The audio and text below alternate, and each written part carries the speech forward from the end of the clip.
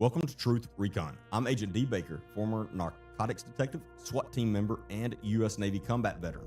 With years of real-world experience in high-stakes environments, I've seen firsthand the dangers that lurk both in our communities and increasingly online. Now, before this show begins, understand this. What you are about to hear may be disturbing to some audiences.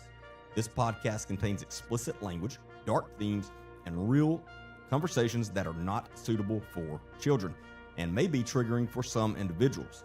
If you choose to continue, do so knowing this content is intended for mature audiences only. Discretion is advised.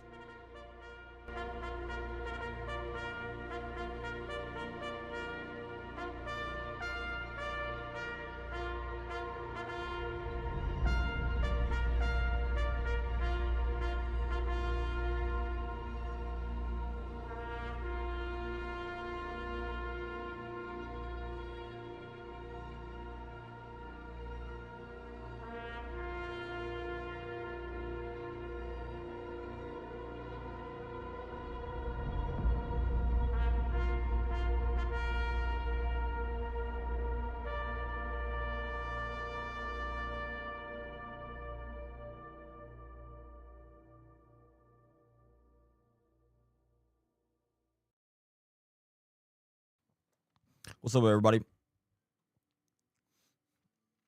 Okay, there's some comments. Hope everyone's having a great Wednesday night, and I hope everyone has had a good week so far. We have some interesting things to discuss tonight that I know a lot of people are always asking a lot of questions about, so we're going to talk about some of that, and then wherever else the conversation leads us tonight. Pretty open. Main thing I do want to go over for a while is how to protect your child from online exploitation. I know we've been discussing it quite a lot lately, and I think we need to discuss it even more. It's one of the most serious problems we have, without a doubt, and there needs to be a lot more education on this subject. So if you have any friends or family that are parents, make sure to share the live with them so they have a chance to hear about some things and then also to ask questions.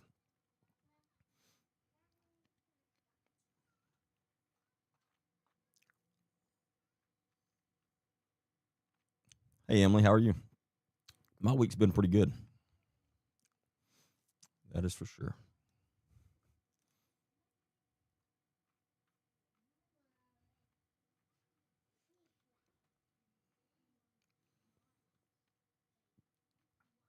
Hey, Carolyn, how are you?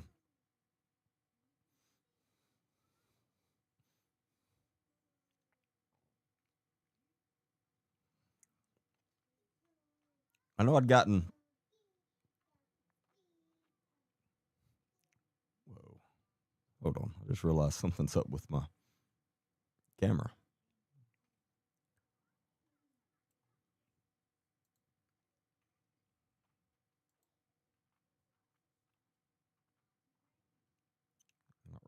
I'm not really sure how this has happened.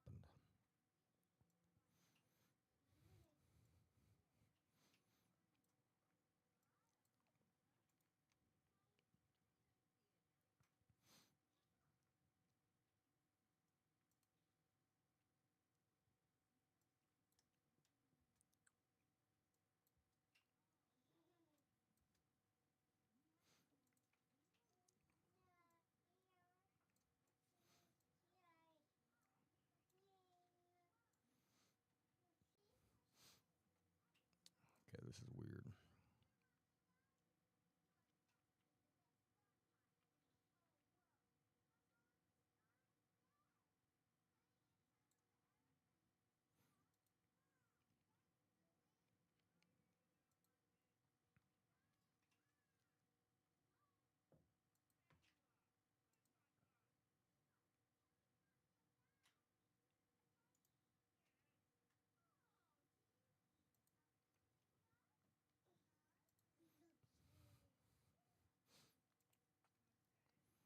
There we go.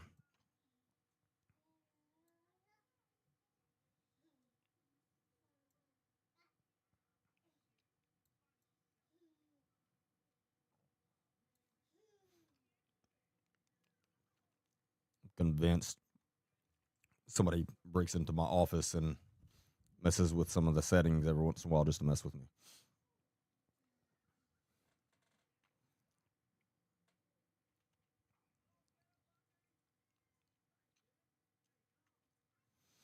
Yep. If you have not, please share the live. If you're not following me or subscribing, please do that.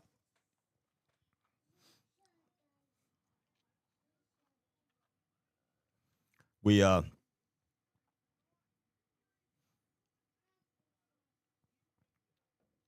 gained a few really cool and good show sponsors this week. I'm really excited about that. We'll talk about some of those throughout the live. But very excited about that. Plus, they help pay the bills.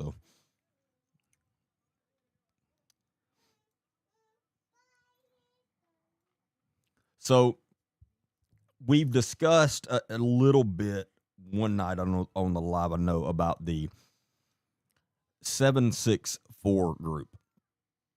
And if you're not familiar with that, which a lot of people are not, and don't freak out if you're not familiar with it, because again, most people are not. That's why we're going to be talking about it.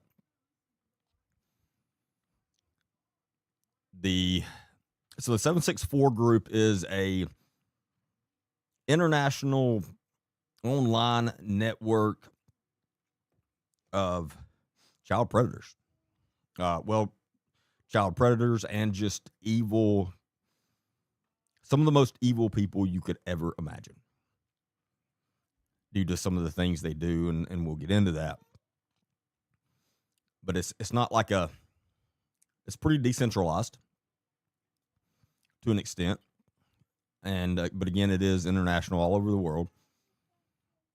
And lately, in the last year to 2 years in the United States, they've really came up and started causing some huge issues.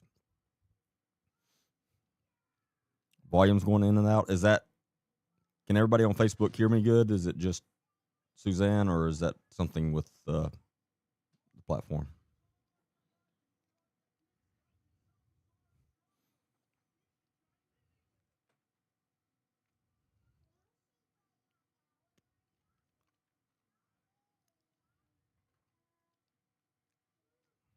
Anybody?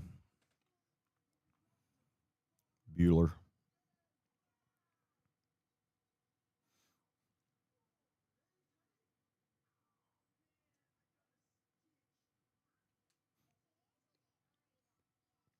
Hopefully Facebook can hear me. So anyway, they've started causing some really major. Okay, everybody else can hear me good. Yeah, it must be on your end, Suzanne.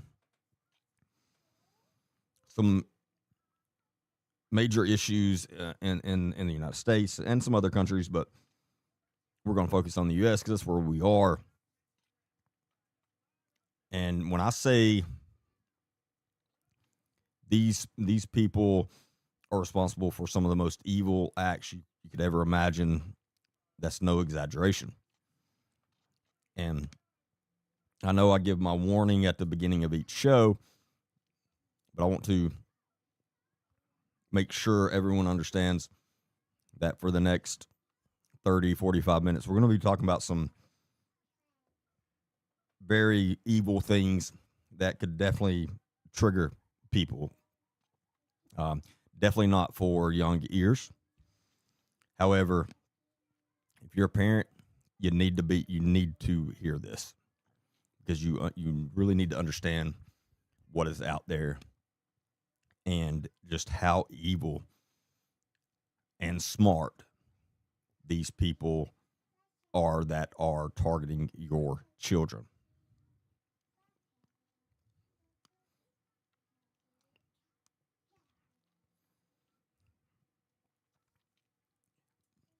So, but they They target primarily minors and primarily vulnerable minors, which are most minors. I mean, almost all minors are vulnerable, in my opinion. And we're talking about everything, I mean, from the age of 7, 8, all the way up to 18. And they befriend your child. They locate them on different apps, different platforms, different social media platforms. One of the main ones, as we've talked about a lot, is Roblox. A lot of people, this group has a lot of people hanging out on Roblox every single day.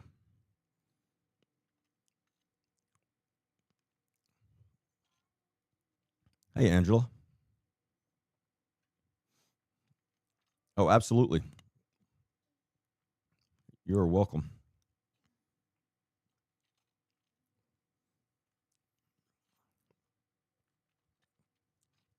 They are the experts of experts in grooming, uh, manipulation, and sextortion, blackmail. Now, I get this a lot from a lot of people. Well, I teach my children, my kids are smart, and we've talked about all this, so they know better. Let me tell you something.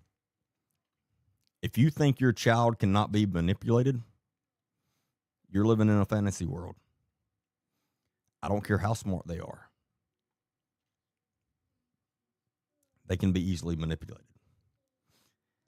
They're children. They can make straight A's. They could have the most common sense of anybody. They can be manipulated. Most adults can be manipulated. With someone that is trained and a lot of experience in it, they can manipulate you. But a child, there's no question. And again, these people are experts in that. In fact, they actually have some, what I would call, manuals that they send to each other, training manuals. That's pretty much what they are. And I've seen some pages out of these training manuals and they teach some of the exact same techniques that I teach in interview interrogation and body language analysis. They teach some of the same tricks of the trade, if you will.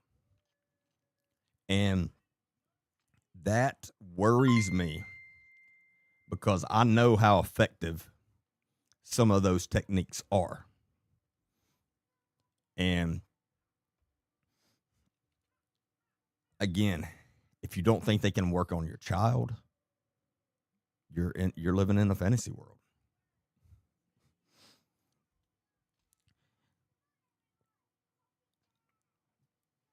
Not to get off subject, not to jump around too much, but we discussed the other night children with social media. And you always hear me say, no excuse, absolutely no reason for a child to be on social media. None. I promise you, not one good thing will ever come out of your child being on social media. It should not happen. If you allow your child, and when I say child, I'm talking about 16 and younger. If you allow your child to be on social media, you're begging for disaster. There's no other way to put that. And we played a short video the other night with Walker County Sheriff Nick Smith's wife, that a video she just put out talking about how they're allowing her 11-year-old on social media now. And her logic for it being okay was, if you don't remember, there are kids younger than her on there. So don't come at me. Again, that's the worst logic ever. We need to be teaching our children not to do as their friends do, but to be their own person, and don't be a follower. Be a leader, and a good one. Anyway, your children have no place on social media. That goes for all of the platforms. I mean, I could go through the list, but I'll probably miss one or two. I'm talking about any platforms. And when we get into detail about some of the things that these people do, it should open your eyes even more. And again, some of this stuff is very hard to talk about. Very, very dark stuff. But if you're a parent, you need to force yourself to listen to it. Because I would much rather you listen to it here and learn about this stuff than for you to be on the other side, find yourself on the other side of it after your child has become a victim.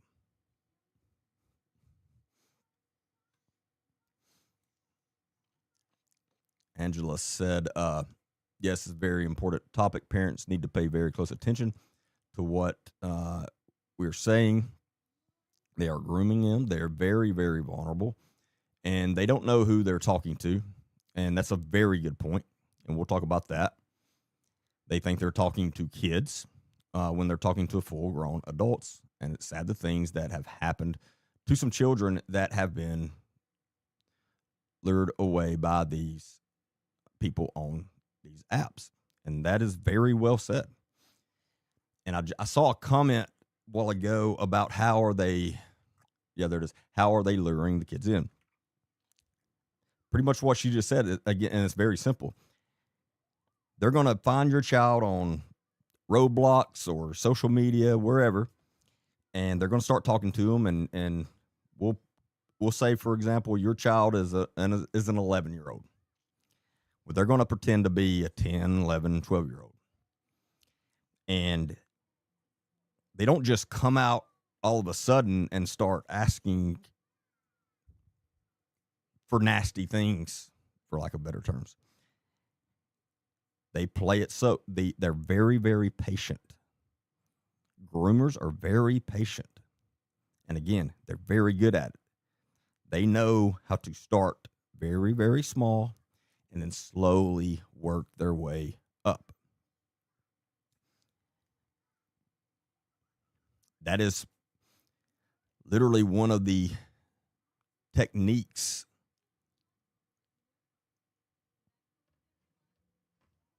that I teach in interrogations. Get the subject to start agreeing with you on very small things. And once they get used to saying yes enough, their brains continue to say yes. It's a very simplified way of putting it, but that's what you do. And so they start very small. Hey, what's your favorite game on here? Or, hey, I love this game. And they're good at mirroring. All these are, well, in this case, they're manipulation techniques. And if you're not familiar with mirroring is using the same word usage. If we're talking about online, they're going to be they are good at using the same words that your child uses, and that makes your child trust them. Again, it's a very simple technique, but very effective. So if your child uses the term, or if they're saying 6'7" or whatever, all these crazy kids, and skibbity or whatever, these people will just regurgitate those same words back to your child, and in their mind, it makes them trust them. That's just the way our minds work. So they're very good at all of these techniques, as I said. But they will start out and, hey, what did you do yesterday? How was school today? And blah, blah, blah. And they may talk to them like this. They may talk to them like this for 2 days and then start getting more serious. They may talk to them like this for 3 months. And again, they know how to read your children. So they know within the first 10 minutes of them having a conversation with them, the first conversations they've ever had, they already know in their head, okay, I can move faster on this one, or okay, I'm going to have to slow play this one. And so again, it differs from each situation. But again, they're very good at, they sit around. You have to understand, these people are doing this 24/7. They spend 12, 15, sometimes even 20 hours a day doing these things. With that much experience and with that much real world experience, they get very good at it. So again, and you're going to hear me say this 10,000 times tonight, do not think that your child is immune to this, because they are not. And so, and Angela just brought up Discord and Snapchat. So let's talk about Discord, because it's a good time to talk about that while we're talking about how they get to the points where they do. So let's say they start out on Roblox. And again, that's where they meet most of the kids. Well, Roblox does have a lot of filters now, and where you can't say certain words, you can't say this, you can't talk about this certain thing, whatever. So they will, as quickly as they can, talk your child into, hey, let's talk on Discord. If you're not familiar with Discord, Discord is in layman's terms, it's a fully secure texting app. Meaning you can talk about whatever you want to on there. It's private conversations. And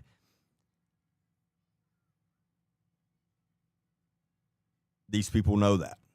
So again, they will quickly get your child on, and trust me, if your child goes to school, they know what Discord is. And I'm not saying Discord is a horrible app. My team and I use it. That's where we have our group chats and stuff. But it's heavily used by these people. And so they'll quickly talk them into getting on Discord. And then once they get them on that, they've got them. And they can have whatever conversation they want to with them. And now, as far as Snapchat,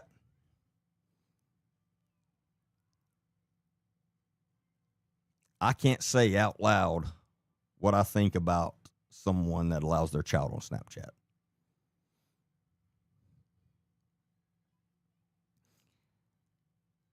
And if you think Snapchat disappears, you're sadly mistaken. It's always there. And we've talked about that before. But Snapchat is not a fully secure app.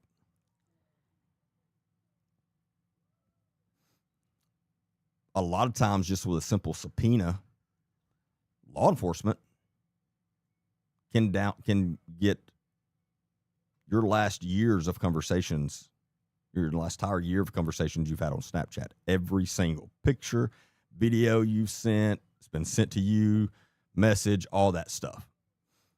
Again, it's there. It doesn't go away. Snapchat is for children, for teenagers, and for child predators. They love it because they can write whatever they want and then it disappears. Again, in their mind, because it does. On the screen, it disappears and it's like, okay, that's gone forever. Well, again, that's not how it works in real life. But again, child predators love that site. And it is a lot easier for them to talk your child into sending them things that they know they shouldn't, especially on Snapchat, because your child is going to feel safer. So if your child has Snapchat, or if they can talk them into getting Snapchat without your knowledge, which happens often as well, then they will. But it can be Discord, Snapchat, and there are a few others as well. But Discord is the main one that's being used right now. But again, once they get your child on there, they can turn the conversation very quickly. And there are, 10,000 different things that they say. So I can't sit here and go over every conversation that could possibly happen between the two. But I think you get the point how they know with each child whether they need to slow play it or not. And again, remember, through all of this, your child believes they're talking to another child. They have no idea they're talking to an adult. They have no idea they're talking to a 57-year-old man. And with the extortion, once they've taught your child, once they've got your child extremely comfortable with them and them really trusting them and their best friends, then they will start out. And again, this is the slow playing, and this is the starting small, and then before they know it, it gets very big. And you've all heard the analogy of the frog in the boiling water. And you can sit a frog in water at room temperature, whatever, and the frog sits there. And if you immediately turn that heat all the way up, the frog knows, oh my God, I got to get out of here, or this is going to kill me. So they'll jump out. However, if you just slowly turn the heat up, little by little, the frog doesn't realize what's happening until it's too late. That's exactly what they do. They will, hey, can I tell you a secret? And you promise to keep it a secret. Like, you promise you won't tell anybody. Yeah, okay.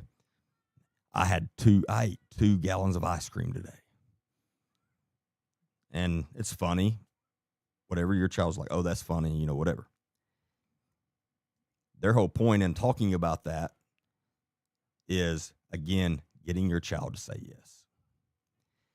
And so they first want to get your child to agree they will keep a secret. And then once they understand, once they see, okay, did you tell anybody about this? And again, there's 10,000 different things they can say. But it's going to be, the first few are going to be extremely innocent. Again, something as ridiculous as ice cream or whatever. But they're getting your child to say yes. And so once they realize that they will keep a small secret, then they will slowly and gradually move that secret up to a little more serious the next time. And the next time it might be,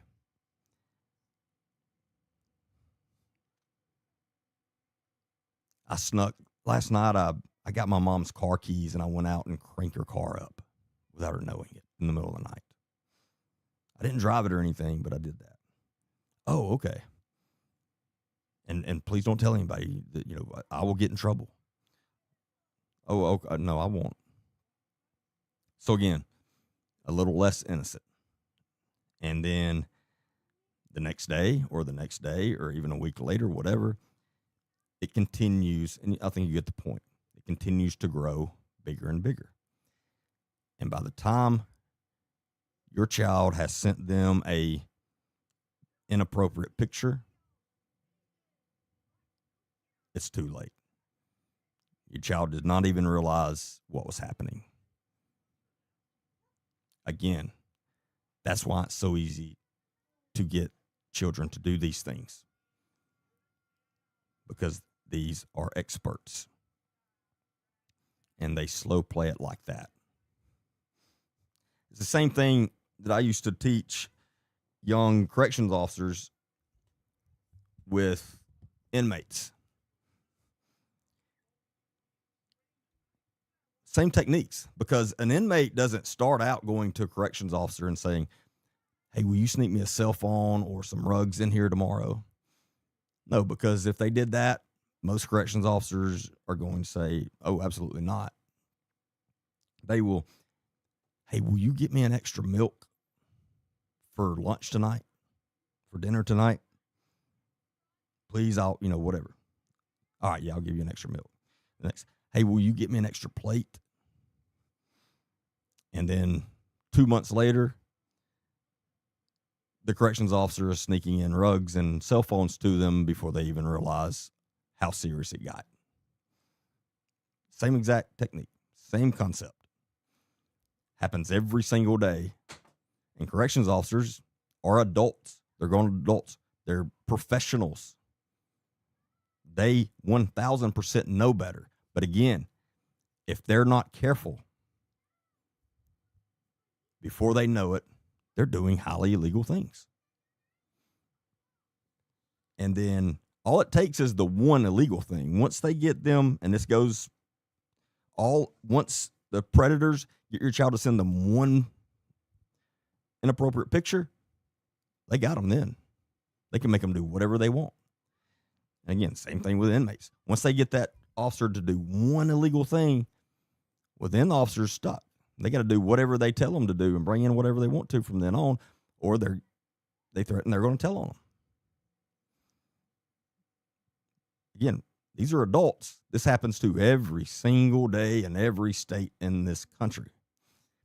You don't think it can happen to your 12-year-old? You're living in a fantasy world. So, again, once your child sends them that inappropriate picture, then they're going to extort them from then on. And they're going to say, I need this. I want you to send me more pictures of this. I want you to do this for me. And if you don't, I'm going to put this picture, I'm going to send this picture, I'm going to post it all over the internet, all over different social media platforms. Your parents are going to see it. You're going to be in serious trouble. It's going to ruin your life. Your life's going to be over. And for a 14-year-old, 15-year-old, 16-year-old, at that time, they probably do think, oh my God, if this got out, my life would be over. When we as parents know, look, your life's not over. You made a big mistake, but we will fix it and we will move past it. We will get past it.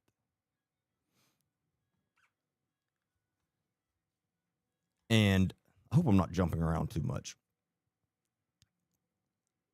But this leads me into why it's so important.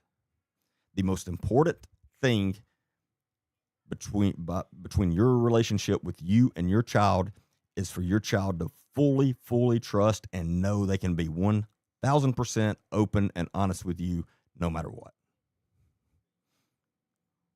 And this is exactly why.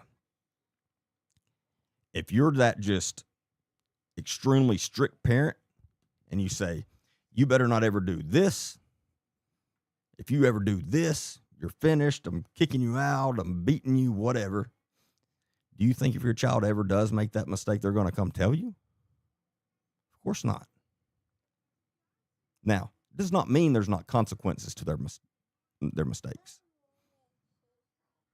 But they need to understand if this happens, they can come to you and say, look,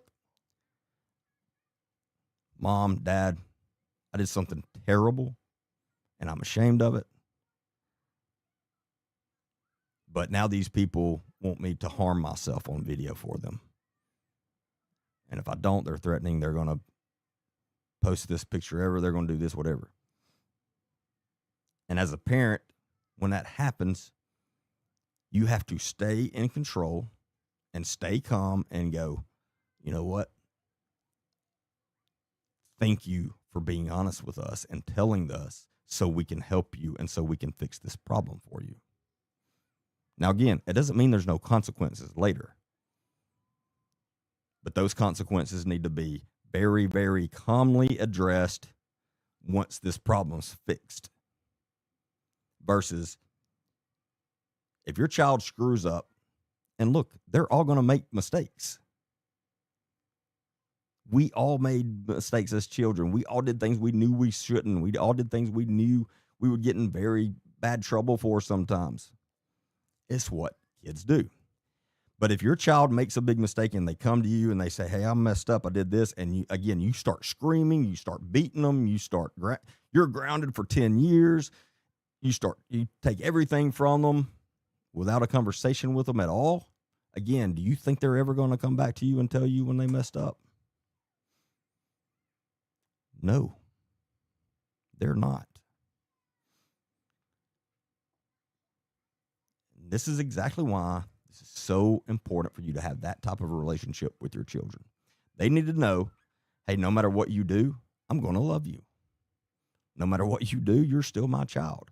No matter what you do, I will do everything I can to help you and to fix this. Now, if they continue to make the same serious mistake over and over again, then things have got to change. So that's not what I'm talking about. I'm not talking about kids that are constantly doing really bad things and staying in serious trouble and not learning at all from their mistakes. That's a whole different ball game. We're talking about most children, which, again, most children, they're going to do things they shouldn't. They're going to make mistakes. Hell, we as adults still make mistakes. But again, they need to understand, no matter what, please know you can come to me and we will fix this. We'll do whatever we have to do to fix this. Now, you will still have consequences, but we will fix it. Your life's not over. I'm not kicking you out of the house for making one mistake, big mistake, all this stuff. And when I work missing persons, most of the things I work for runaways. Not a lot of people that just go missing, but a lot of runaway children. And I work those as well. And that's that's mostly what I did. One of the things I always did when I located the child, whether they thought they were missing, or again, most of them, they knew they had just ran off. They'd run away because whatever happened, or they had been in trouble a lot, whatever. But the main thing I always did when I located a child, no matter how old they were, I didn't just throw them in the back of my car or in a patrol vehicle and start lecturing them and tell them they're a horrible kid and then immediately take them back to their parents and then let them go. No, I would sit down with them. And I'd say, look, I've learned that a lot of kids that run away actually have a pretty good reason. And I want you to know that I'm here to help you. And if there was a good reason, now's the time to tell me so we can protect you. And again, that is the truth. A lot, not all, but a lot of kids that run away from home had a very good reason to. Meaning very bad things were happening to them at home.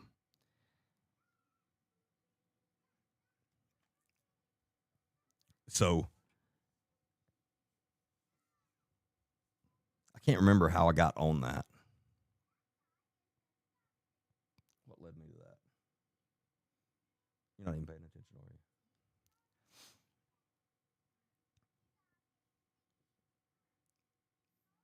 But we were talking about your child knowing that they can be open with you. And they just have to understand that. And again, you need to sit down. You need to have these talks with your children. And yes, you absolutely need to sit down with them and talk about all the bad things that can happen to them online and talk about all these things. They need to be educated on what is happening. They need to know, hey, when you're online talking to somebody, more likely than not, and this is the truth, more likely than not, it's not another kid. In fact, rarely it's another kid. And your kids need to know that. But again, that still doesn't mean once you tell them all these things and you think they understand, that you just cut them loose and say, oh, they know better now, so they won't do these things. Again, they're children. They're not responsible for a lot of things they do for that very reason. So those are the conversations you need to have with a child. Again, if you're this just strict parent, and I'll tell you where I see this the most, and I know this is going to offend some people, but this is the truth. This happens the most in these very, very religious families. And I don't have anything against that. I'm a Christian and very proud of it. But it's just where I see that strictness a lot of where the child does not, they know if they make a mistake, they can't go and tell mom and dad because it's not going to be good. That's where I see it the most. When that should be where you see it the least. Because those homes should be the parent telling them, hey, I'm going to love you no matter what. And I understand you're going to make some mistakes.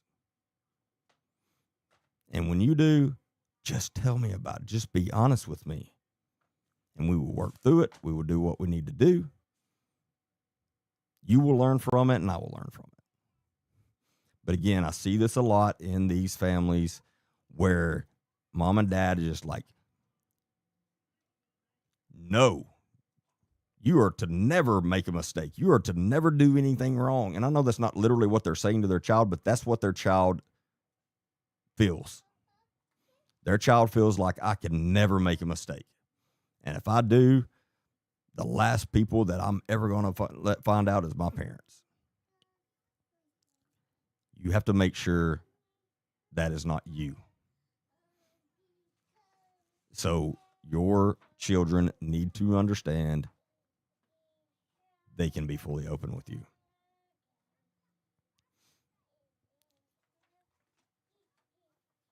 Still can't remember how I got off on the runaways, but anyway. All right, so let's get back to once they have talked your child into sending that inappropriate picture. And again, like I said, they have them then. This 764 group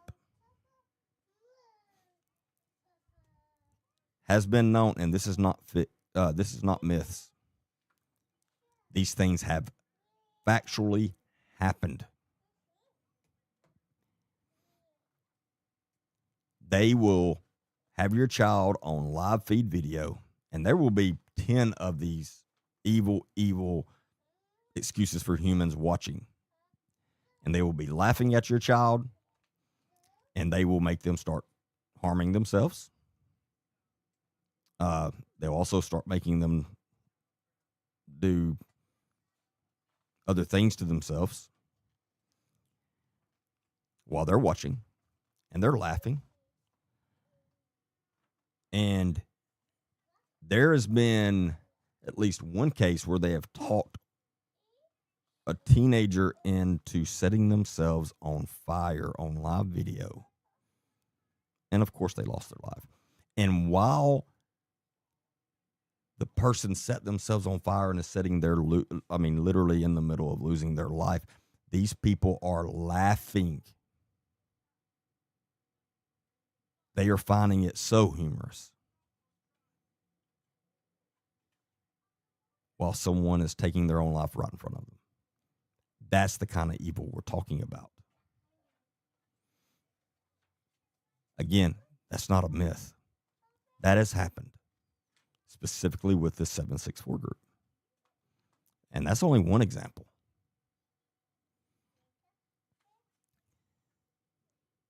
But again, they will make your child do horrible, horrible things. There's been at least one incident where I want to say tried talking a child into it, but they talked them into it. It just didn't work, thankfully. But they talked one child into trying to take the life of their sibling, of their other young sibling, on video, on live feed. And there's been a couple different instances of that.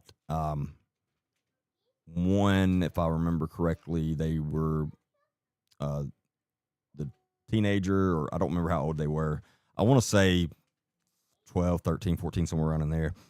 And they had like an infant sibling, and they had talked them into drowning that sibling on live feed. Again, the particular incident I'm thinking of, parents figured out something was going on in the middle of this and stopped it before it happened, but it was going to happen. These are the most evil people you'll ever in your life know about. I can't think of anything more evil. These are the people that are on Roblox and other sites talking to some of your children this week. Because this is a pretty big network of these people, unbelievably, but it is.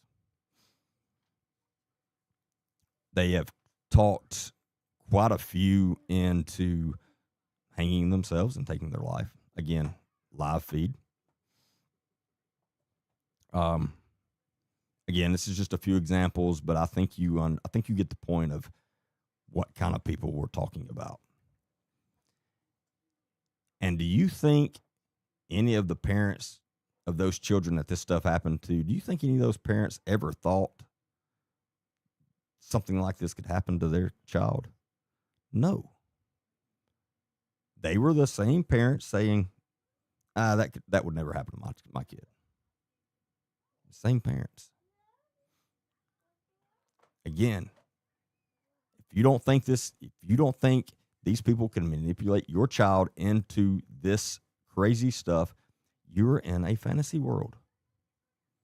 And that's not being negative on your child. Again, it's not your child, it's not the child's fault. But it's our responsibility as parents to protect our children. And I would bet, and I'm sure some of the parents of these children that this stuff happened to probably never slept another wink.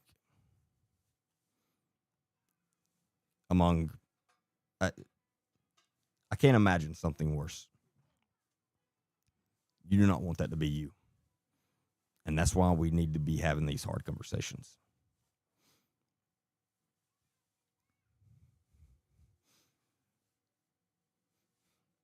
Angela said, absolutely, I was open and honest with all of my kids from the time that they could speak and understand anything. That's what I teach in my safety education classes. I even taught an education class with a room full of 5-year-olds. Yet there's no age too young. As a parent, you're absolutely doing your child a disservice and putting them in harm's way if you don't make them feel comfortable enough to come to you and talk.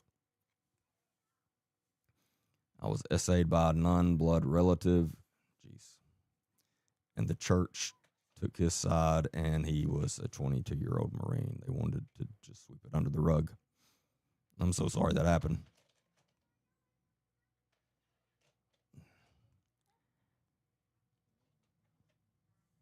And we've talked about similar incidents within the past few weeks and this is a little change of course quickly, but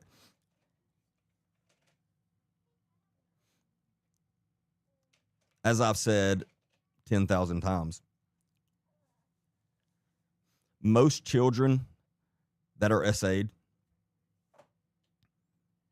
it's not done by a complete stranger that's driving in a white van through your neighborhood and snatches them up. It's done by someone they know. It's done by someone that is either a family member or a very close friend of the family. Again, that's just a fact. And the amount of victims that I've spoken with that dealt with something similar to what Angela is saying, of whether it be uncle and the victim goes to mom or dad or both and says this happened, and again, this is very prevalent in these Christian homes, and I'm not picking on those homes, but this is a fact. And they will look at the kid and say, well, let's just keep this between us because we don't want to embarrass the family.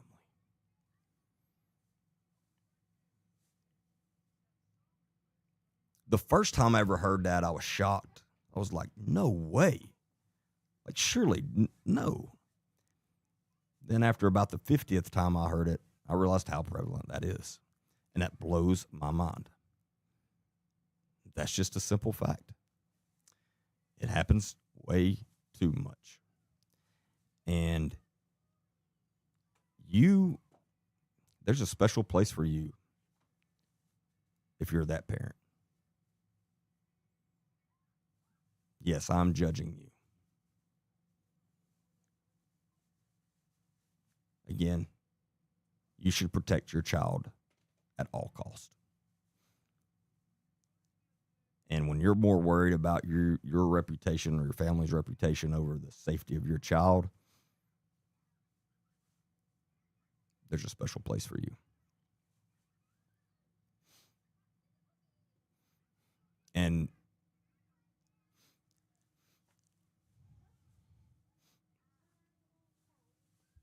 the staying on that course right now,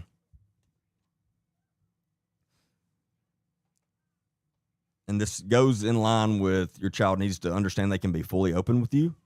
So the same kind of thing, your child needs to fully understand, because you need to have these conversations with your child, that if something like that happens, that they can come to you and that you will protect them from then on. Now, there are a lot of precautions you need to take before then, but it doesn't mean it doesn't mean it's impossible from happening. Because unfortunately, there are times that happens that the only person that is at fault is the predator. Sometimes there's some responsibility in there for the parent because they just made some dumb choices. But a lot of times you can't really put it on the parent. But your child needs to understand no matter who,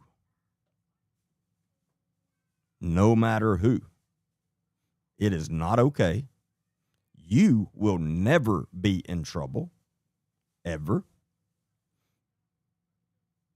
And you tell mom, dad, or if you live with grandparents, whoever, you tell them immediately. And we will protect you from that person, and we'll make sure that person is handled accordingly. And those are the conversations. And again, I'm picking on Christian families. I'm not trying to, but again,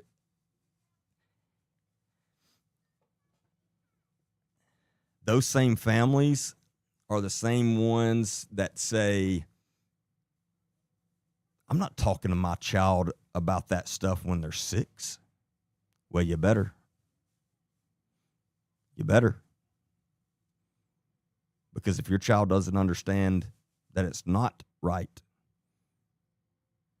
they're going to listen to the predator. And they're going to think that it is their fault if that happens. And again, child predators, these groomers,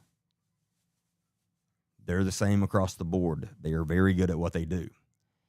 And on this same subject, on top of your child needs to understand they can be fully open and honest with you no matter what, your child needs to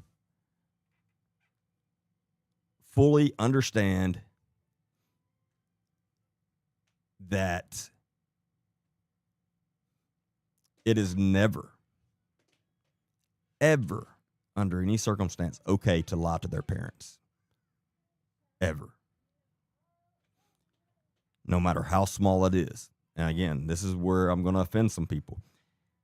They're at grandparents' house, they're at Mama's house, and Mama says, "Here, I'm going to give you an extra chocolate chip cookie, but don't tell your mom or dad. They're going to be mad at me." Do not ever do that. Do not ever let anyone teach your child that it is okay to lie to their parents, no matter how big or small that lie is. Again, this goes back to they start out with something very, very small, and they slowly work their way up. Same exact thing, same technique. So again, I understand grandma's being completely innocent when she's doing something like that. But you need to have those conversations, those hard conversations with grandma and say, "Look, I understand what you were doing, but do not ever tell my child it's okay to lie to me ever again."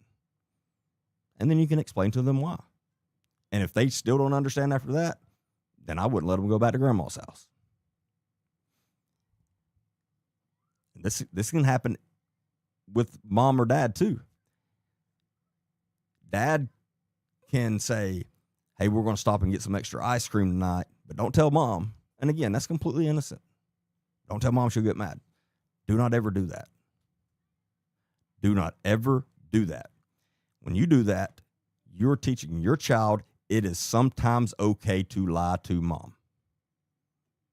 And that is never okay.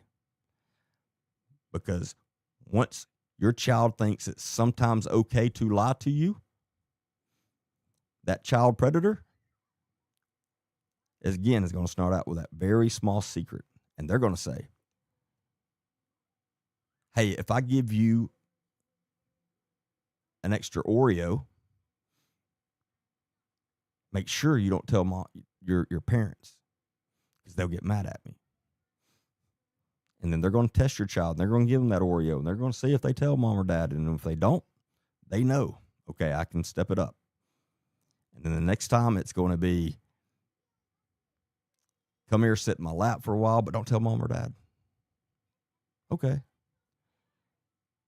And again, you get the point. It goes from there, and it slowly gets worse.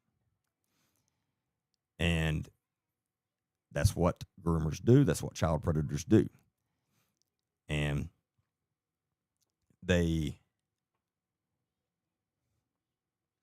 once they get that far, they even push it further, and they say, "Look, if you tell anybody, you're going to be in serious trouble."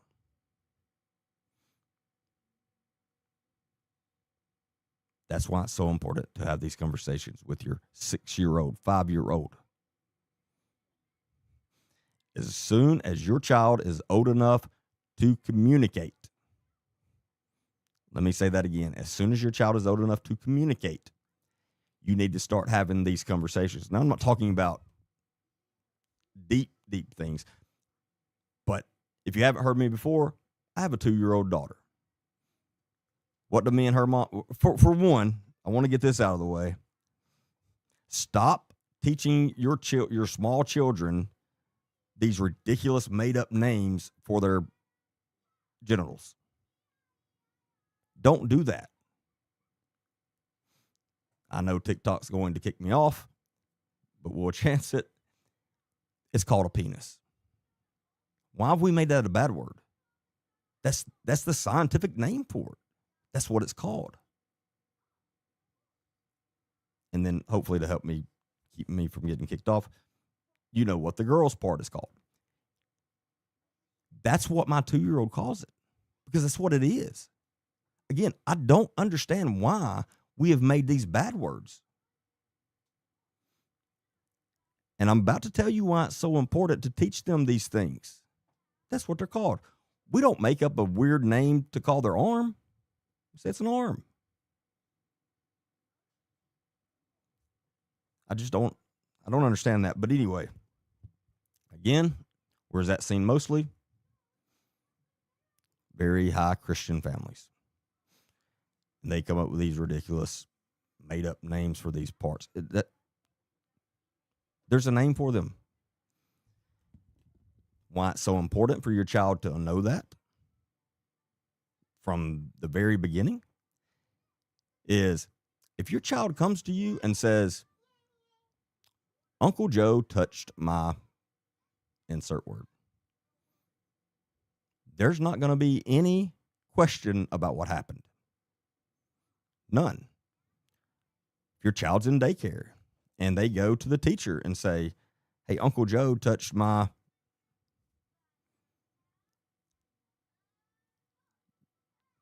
their teacher is going to immediately know, I've got to call the authorities because something is happening here. There's not going to be any mix-ups. But if you teach them that it's called a, whatever these words, TT,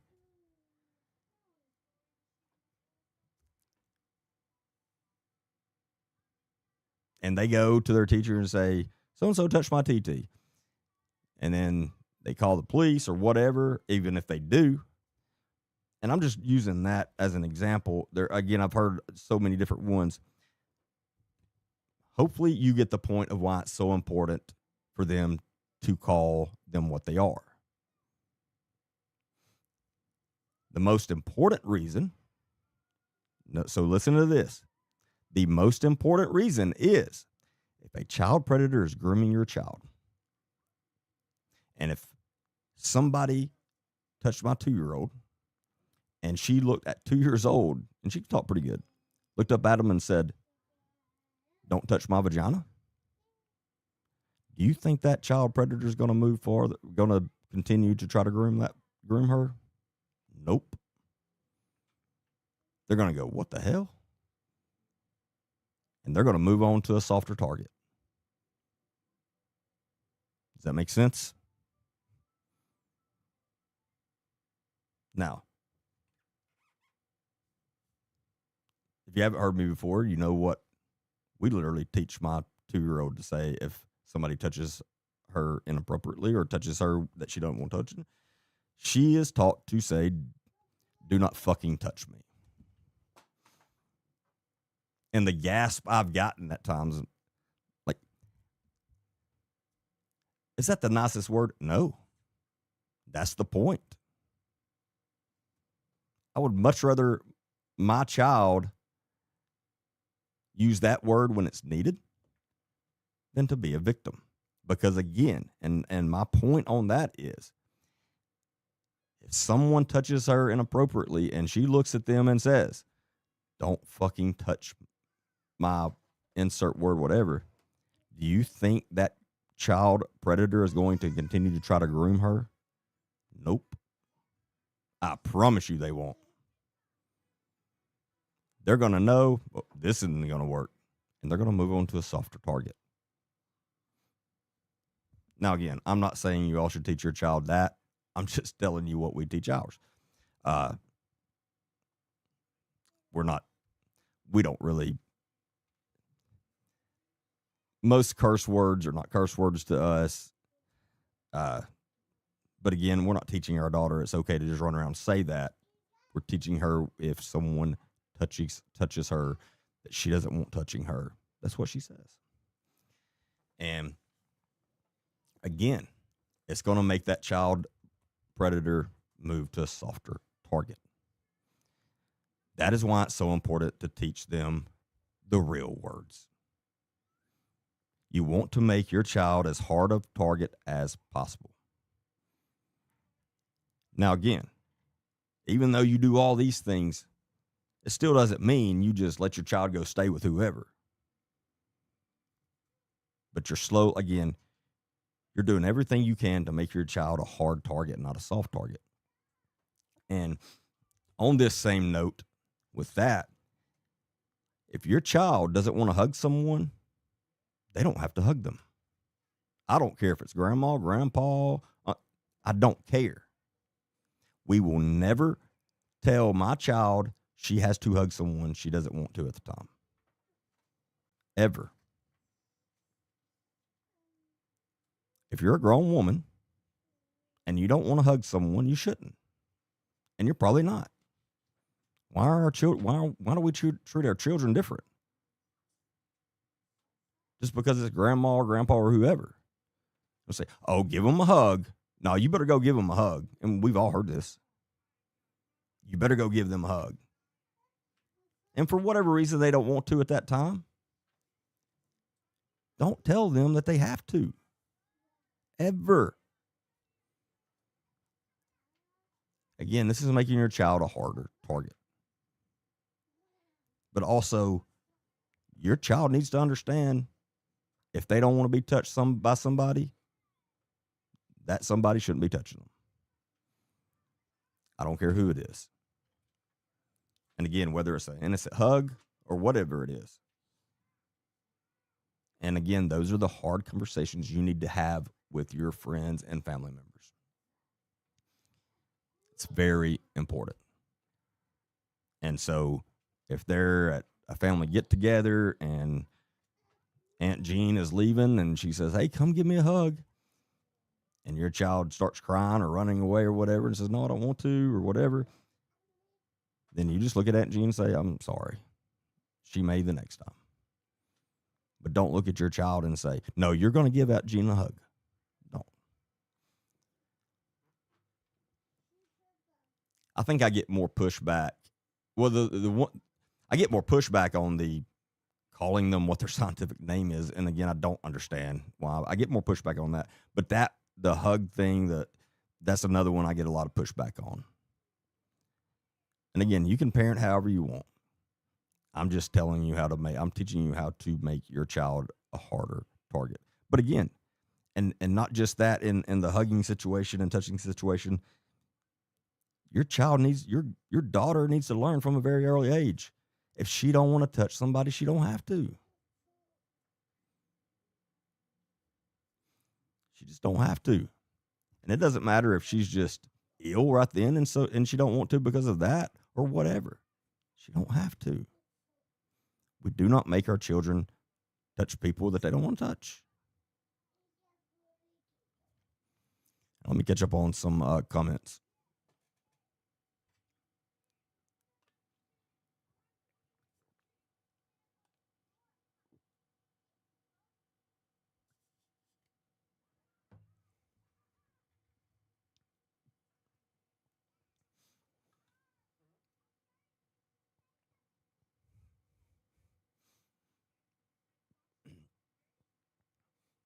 Yeah, so Amy says she knew, though, that's what she was taught.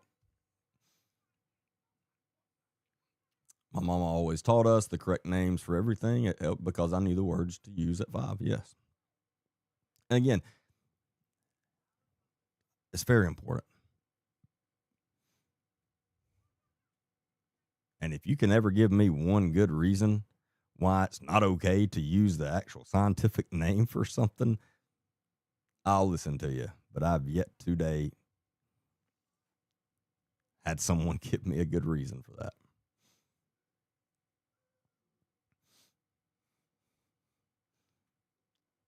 That will get someone's attention. Yeah, and again, that's one of the points by exactly what we're teaching our daughter to say.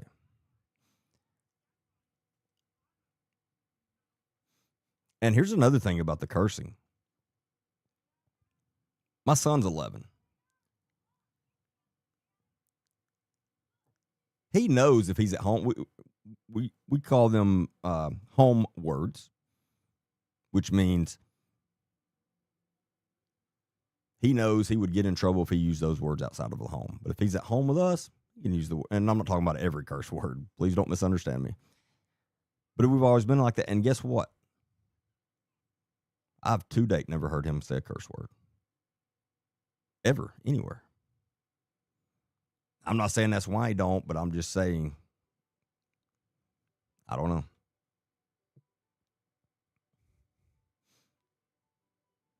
Nephews are armed with "Get away from me, you effing pervert," and know how to use it top volume. Yes.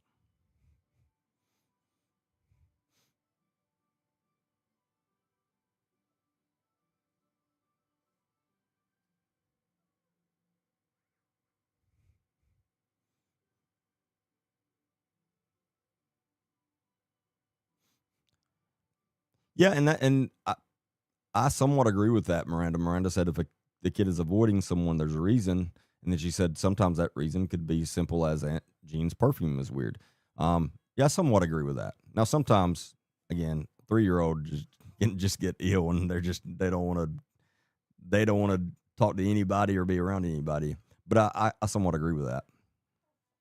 There definitely could be a reason, and it may not be bad, but like you said, but again, the point is they don't want to touch somebody they don't have to.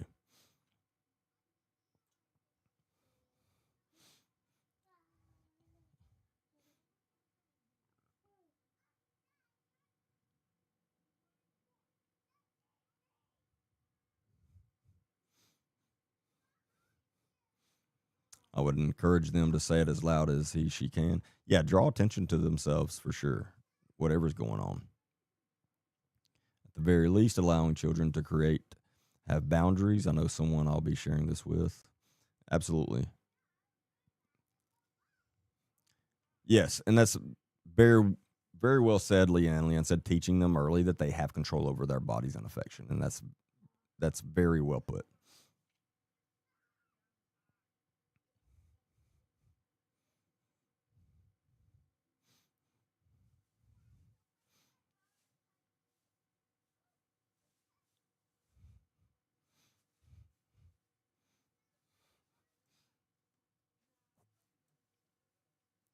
Kids cursing loudly in public gets attention. You're exactly right.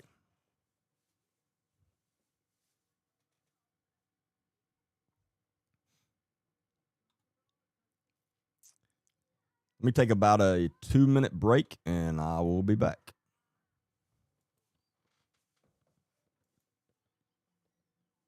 Welcome to Truth Recon. I'm Agent D. Baker, former narcotics detective, SWAT team member, and U.S. Navy combat veteran with years of real world.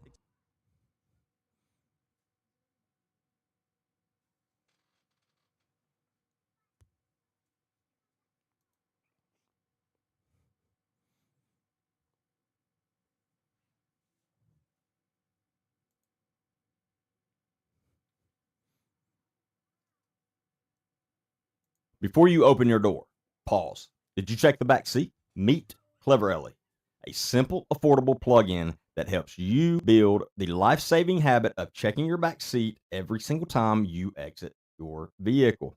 Just plug it into your car's 12-volt socket. When you turn off the engine, Clever Ellie plays a clear voice reminder to check your back seat.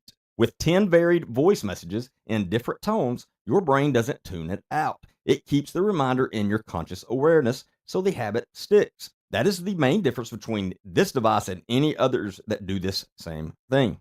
Clever Ellie works with all modern cars that have a standard 12-volt socket. If your car keeps power on after shutdown, like when the radio stays on, no problem. Every order includes an easy to install door sensor that triggers the reminder as soon as the driver's door opens. No 12-volt socket? They've got you.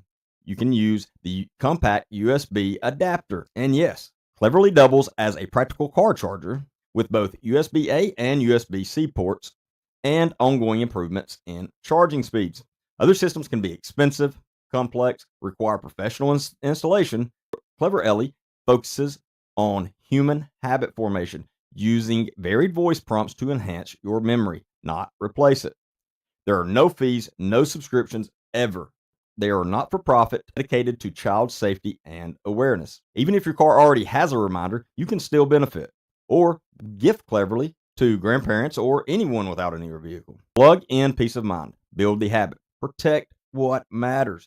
Get Clever Ellie today at cleverellie.com and join our mission to prevent hot car incidents. Use discount code DEREK, DEREK, to receive a free USB charging cable. Just click on the link listed in the video description and get your Clever Ellie today. Make sure to use discount code DEREK, DEREK, at checkout.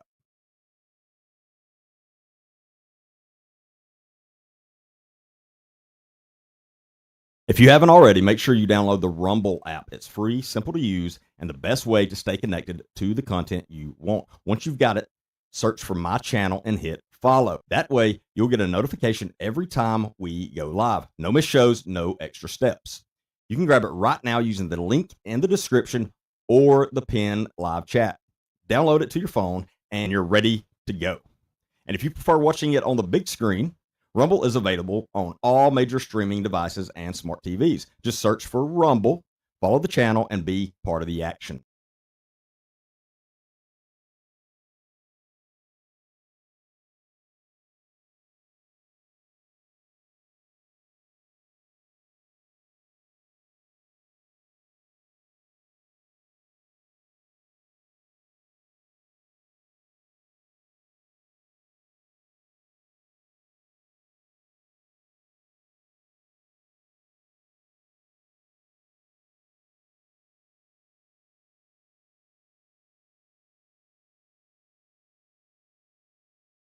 If you haven't already, make sure you download the Rumble app. It's free, simple to use, and the best way to stay connected to the content you want. Once you've got it, search for my channel and hit follow. That way, you'll get a notification every time we go live. No missed shows, no extra steps. You can grab it right now using the link in the description or the pinned live chat. Download it to your phone, and you're ready to go. And if you prefer watching it on the big screen, Rumble is available on all major streaming devices and smart TVs. Just search for Rumble, follow the channel, and be part of the action.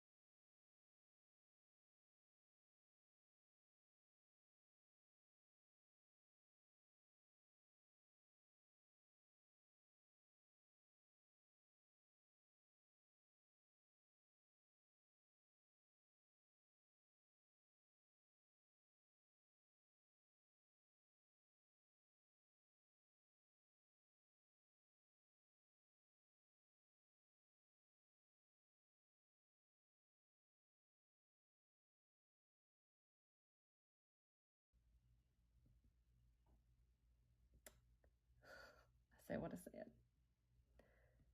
I'm so proud of my husband.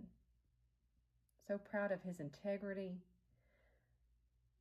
I mean, if he wasn't a Christian man, he would have been like, I don't know what he would have said. But he didn't. All he said was, "Yes, ma'am. You have a great day." And he trotted his little butt off the porch and went on about his merry day.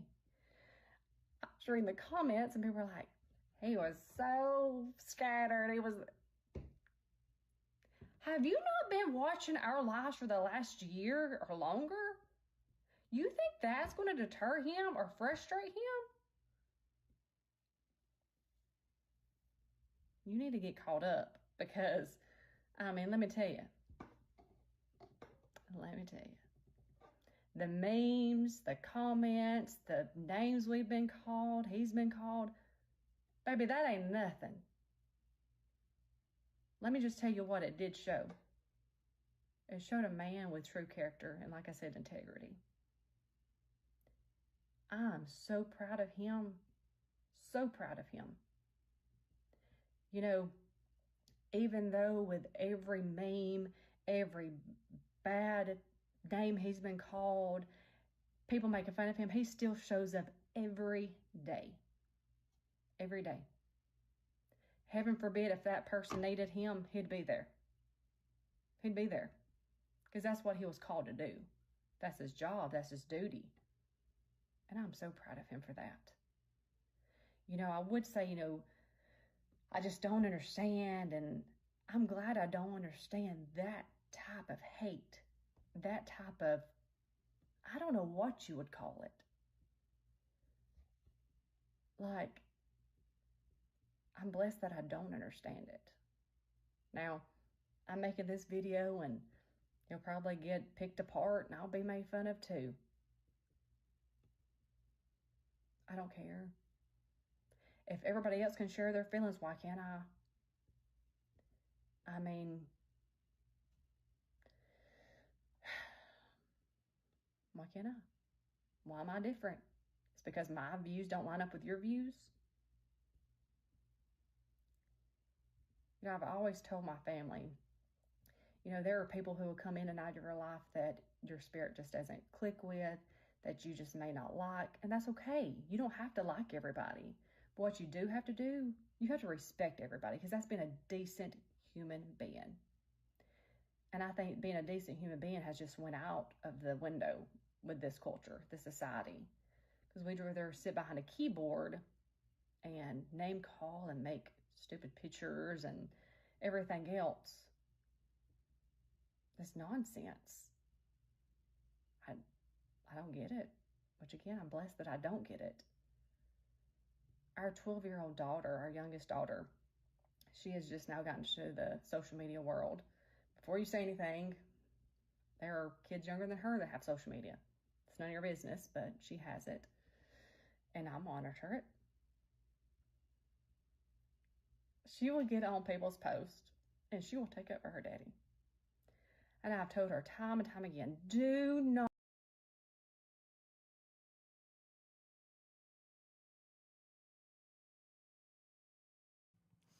All right, I apologize. That break took a little longer, but I am back. And that's the video that obviously I was talking about earlier, and we played it the other night, but it still blows my mind that a parent is saying what she just said.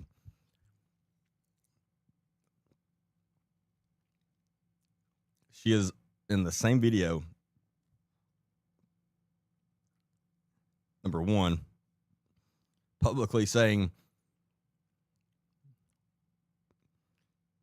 we now allow our, I think I said 11 earlier. I think she said 12 then.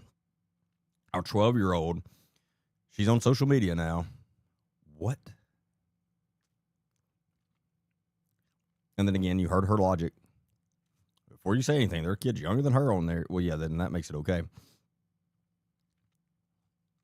But in the same sentence, she is saying,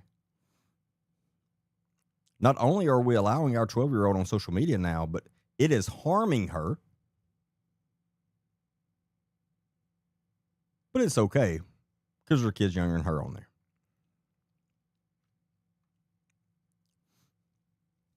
But literally saying, I mean, she's talking about how her daughter being on social media is harming her daughter.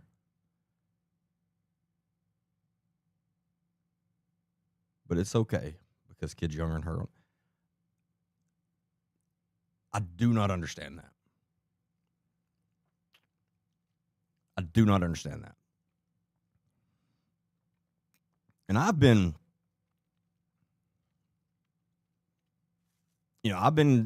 speaking out against Nick Smith for, well, ever since I started this. So 10 months. I've never said anything about his family, his wife. Definitely never said anything about his kids, even though I was accused of that one time. Never in my life mentioned his kids. Or his kids are completely innocent in everything. They can't help who their parents are. I, of all people, understand that, considering my father's been in prison pretty much my whole life. I don't want anybody to hold that against me.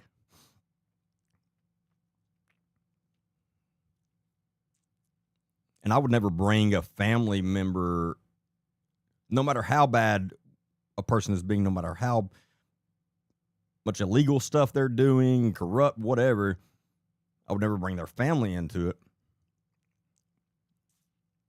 But them, they bring their family into it. And his wife making a statement like that. And again, this wouldn't matter if this was his wife or somebody's wife that I didn't even know. If I see an adult make a video like that, talking about they're letting their 12-year-old on social media, and then also talking about it in the same sentence how it's harming them, but it's okay, I would be calling them out. So that has nothing to do with that whose wife she is. She's being a bad parent. There's no way around that. Now, I'm far from the perfect parent. I've made mistakes. But I would like to think I've not made dumb mistakes like that. Like, I like to think I have a little more common sense than that. It just blows my mind. And as I said in the very beginning, there's no place on social media for your children. Not one good thing will ever come out of your child being on social media. And that's not just because they may fall prey to a child predator. That's also because of all the bullying and all of that stuff these days. Again, there have been young children take their own lives because of bullying. So why would you open up your child to that? Why? Those ages are hard enough just in school. I thank God that I'm too old and that we didn't have social media when I was those ages. I thank God. Because it would not have been good for me. It would not have been good for me. It's a horrible thing for children. Again, that's part of the reason your child has no place on social media. So again, it's not just the child predator. It's all the bullying. And again, my favorite quote that I talk about giving your child a phone or tablet, whatever, that has internet.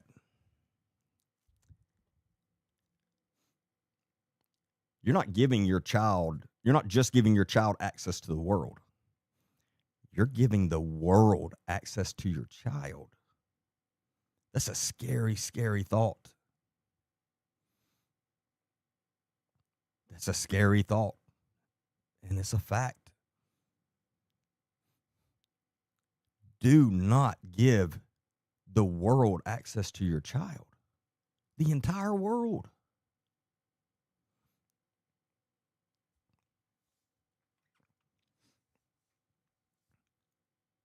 If I wasn't doing what I do for a living now, I wouldn't be on social media. I'd be on social media very rarely. I've never been one that sat around and scroll and all that stuff ever.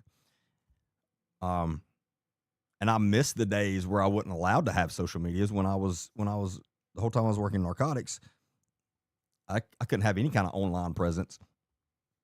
And I remember at the time, like griping about that at times, or kind of aggravating me at times.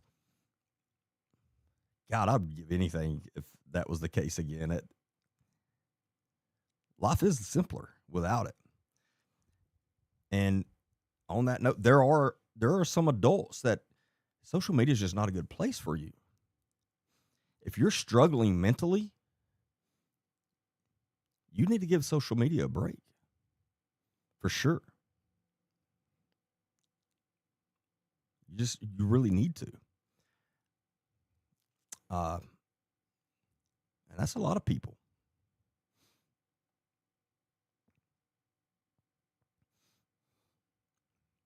But opening your child up to that is just, it blows my mind.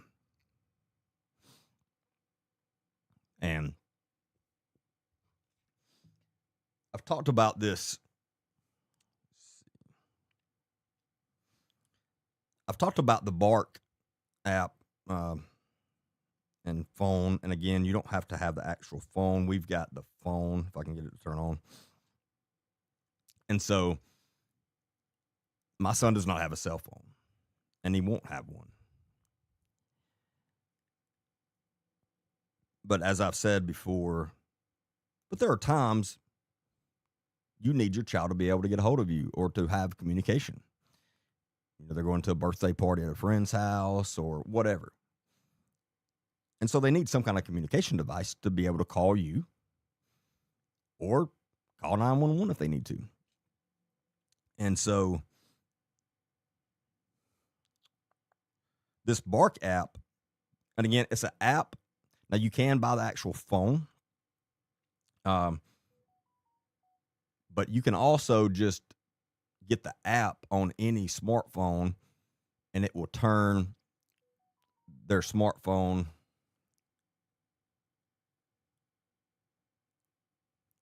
into this same phone. And if you're not familiar with Bark, and it's not the only company, and I'm not promoting for Bark. I need to contact them. Actually, I'm thinking about it, but there are some other ones out there. I'm just talking about Bark because it's the one I'm familiar with. It's the one that we have. But this phone is awesome because it doesn't have internet access at all. We program whatever phone numbers that this phone is allowed to call, and the only phone numbers or people that's allowed to call this phone. I don't know why it's constantly beeping here. So not just anyone can call this phone, not just anyone can text this phone, and this phone can't just text or call anyone. Only the numbers that we program into it. And there's no way around that. So again, when my son needs a phone, if he's going, like I said, to a birthday party or whatever the case may be, then he's allowed to take, we give him this. And again, it does not have internet access. And when he needs to call us, he can call us. And we can call it, we've got his grandparents and parents in here. And that's it. Now, if you get this app or the phone, again, you can fix it to where they can call whoever you want them to. So it doesn't have to, it's not just limited to a few numbers or anything. You could program it to however many people you want them to be able to call, or the amount, or whoever you want to be able to call them. There's no limit. But this is just as safe as it gets. And this is fixing the communication problem because, again, he can call 911. He can call grandparents. He can call us. And texting the same. He can text us, grandparents. That's it.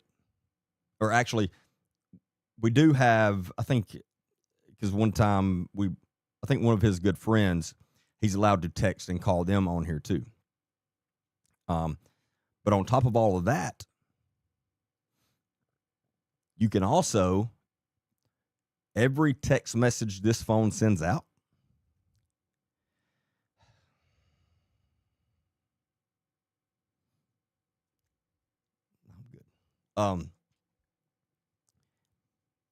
Also goes to my phone, my wife's, and his mother's. Any text message that is sent to this phone goes to all of us as well.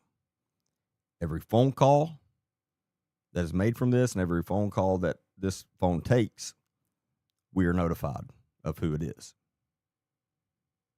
Again, it's as safe as it can get. I don't remember how much the actual phone was, but again, you don't have to have the actual phone. I don't remember how much the app is, but somebody can. I mean, you can easily look it up, and it's Bark, BARK. But if you have a child, and again, I understand some kids need a communication device, then give them this. That way, you do not have to have any worries. And I think there's even some games on here like that you can play, like offline games, like simple, like Sudoku. I don't think I ever say that word. Sudoku. I can't pronounce that word. Anyway. And Duolingo, because he likes Duolingo. That's a language learning game or software. But again, you can put whatever you want to on here. And then that's all they're allowed to do on here. So, and I don't know if you see, but it's very simple phone. I mean, again, it's got a few apps. It can call, text. That's it.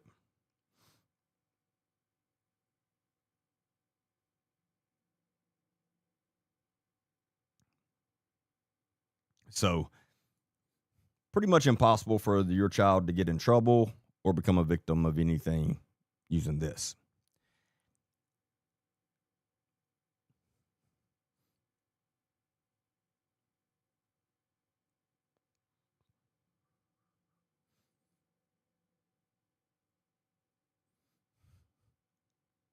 And you can fix it to where, because it has internet if you fix it, if you turn that on, and you can limit it to only certain apps or certain websites. Like you can limit it to whatever websites you want it to be able to go to, and that would be it. So again, if there are certain, like, I know there's certain learning websites or things that they need for school, things like that, they can do those on here.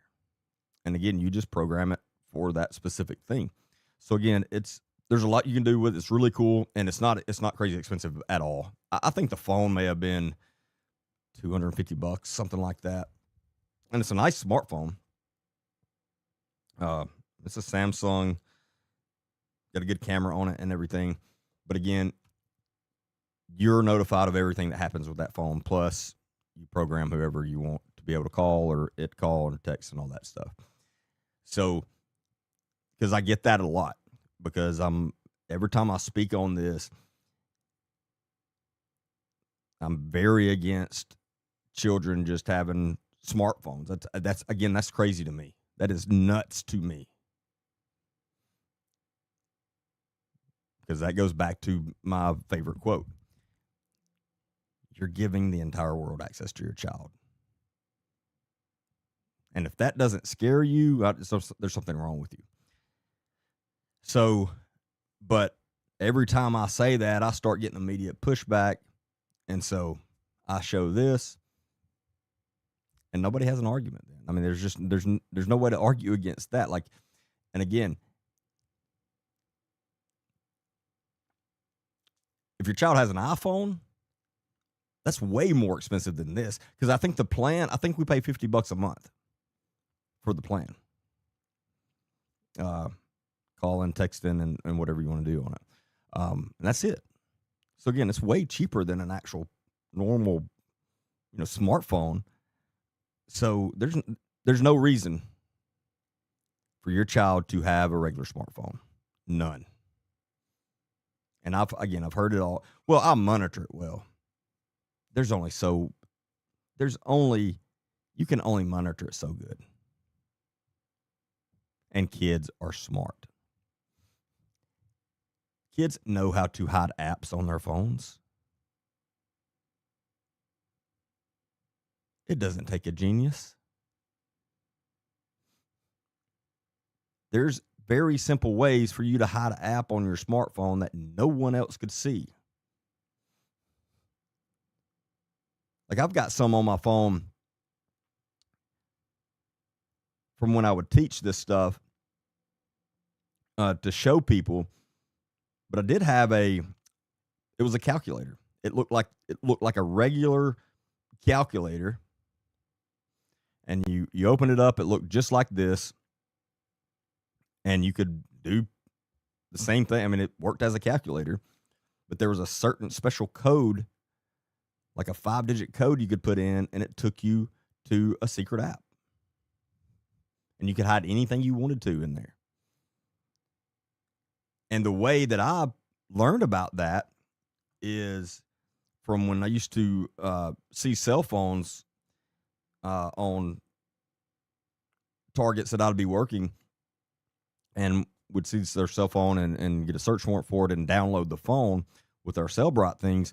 And that downloads every single thing that's on that phone and ever been on that phone. Again, nothing erases off of a phone. It's there. And with the right technology, it can be pulled. And I've done that hundreds and hundreds of times to phones.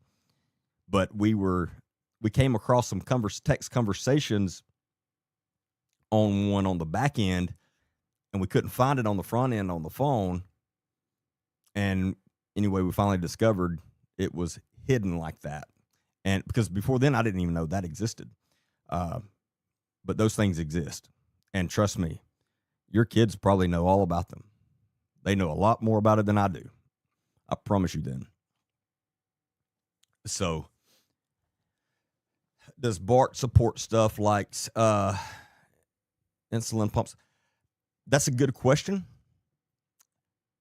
I don't see why they wouldn't, but don't quote me on that. But I will find out.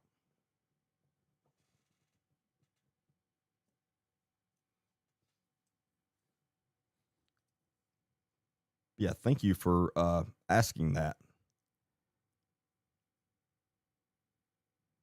Because I don't think anybody's asked me that before. That's a good question. Yeah, I'll find out, and I'll ask me Friday night. But again, I don't see why they wouldn't, because again, it can do anything any other smartphone does if you allow it to. You just have to give it the permissions.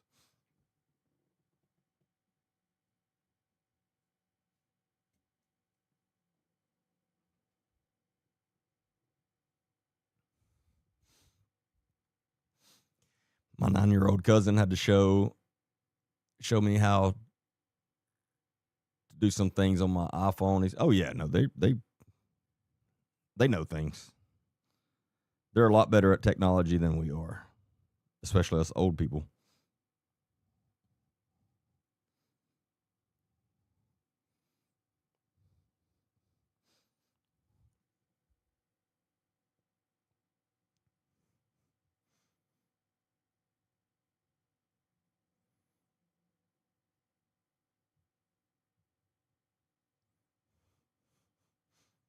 Oh yeah, I was just looking at location too. Location is always on it, so you can pull it up like the Find My iPhone thing or whatever. You can pull it up just like that, and it'll show you the exact location the phone's in at any time.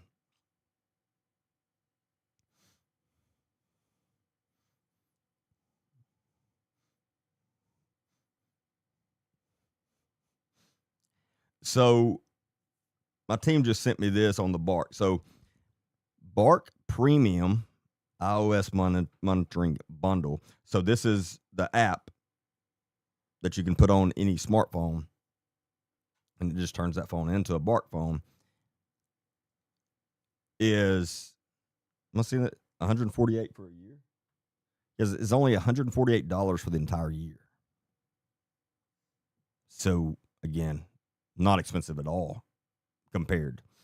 And that's for the premium that gives you advanced monitoring of text, emails, photos, 30 plus apps, and social platforms, customizable screen time management and app and web filtering, real-time location alerts.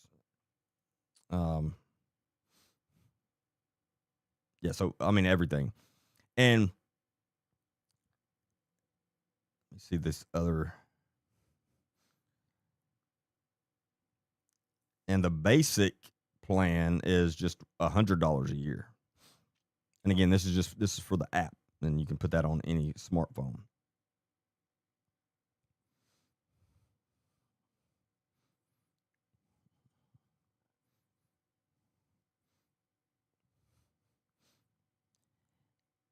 So that brings me to another, because I'm telling you,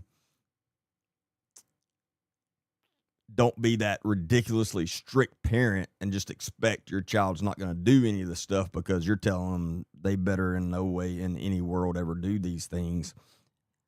Doesn't mean they're not going to do them. And at the same time, I'm telling you how smart your child is, but how dumb they are at the same time. And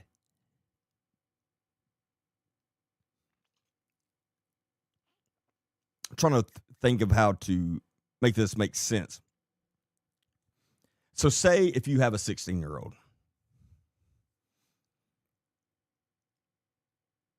it might not be, again, and this depends on, this is child to child, and you have to make these decisions as parents. It might not be the best thing in the world for you to just tell them you are not allowed to have any social media no matter what. No ifs, ands, or buts about it. Because what are they going to do? They're probably going to figure out a way to get social media.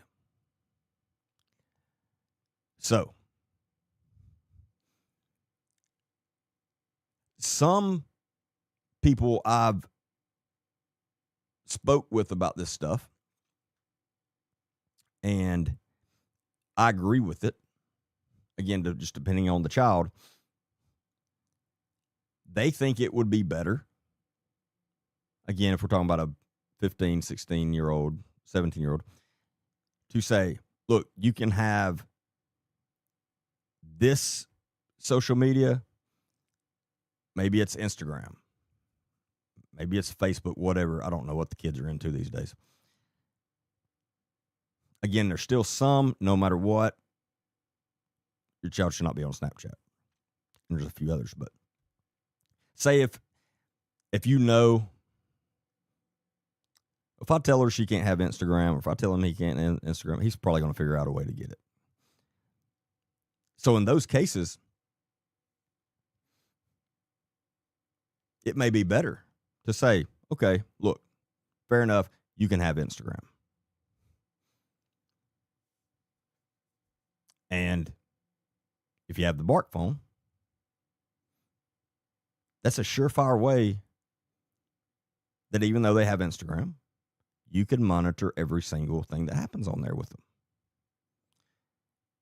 And again, that might be better than you taking the chance of them not sneaking around and getting it and you not having a clue what's going on Instagram with them. Does that make sense?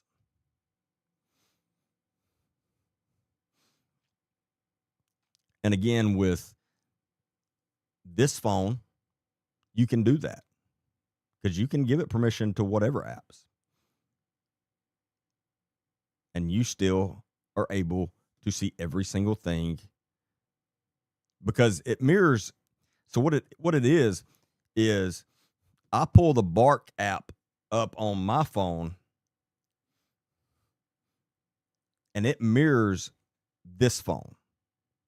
So I can click on the Bark app and it pulls up and it turns my phone into this phone. And so I can go through and I can look at all the text messages. And if they've deleted things, it shows you that. And if they're on any apps, if they're on a social media or whatever, I can click on those and see everything they're doing, all the messages they're sending, all that stuff. So again, that may be the better route for some. And The only pushback I get on that is, well, I mean, they deserve some privacy. No, they don't. No, they don't. Not online. No, they don't. If they live in your house and you're supporting them,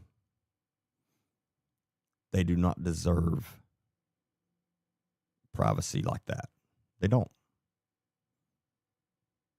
Now, do they deserve to have a door on their bedroom and be able to shut it? Yes. I'm not talking about that. I'm talking about online. Now, as far as their bedroom, and I've had this conversation with more parents than I wish I had.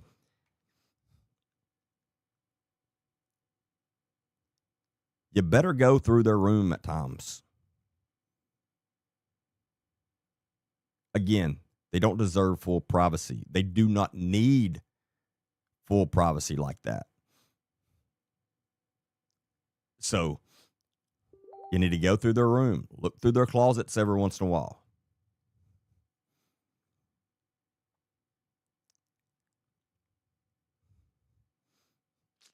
Because you don't want to wake up or be woken up at 5 a.m. one morning with us ramming your door in and running in with our rifles pointed at you. You don't want that. That's happened. That has happened a few times. Why?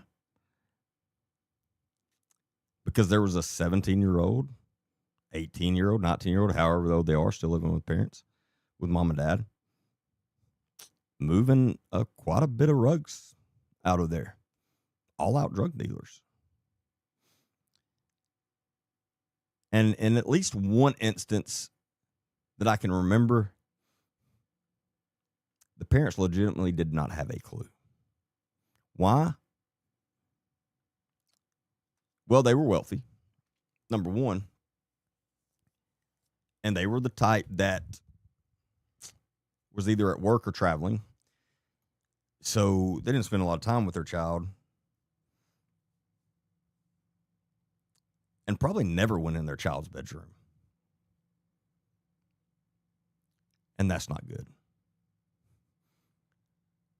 Because again, if you take that route, you're always taking a chance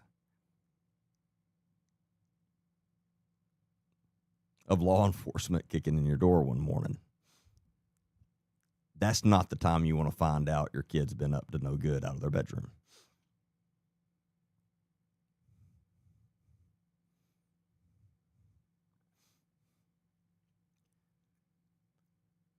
But yeah, now back to the phones, the cell phone, online. No, your child does not deserve privacy. They don't.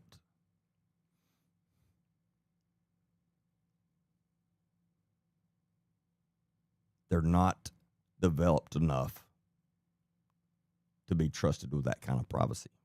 Again, no matter how good of a kid they are, or no matter how good of a kid you think they are.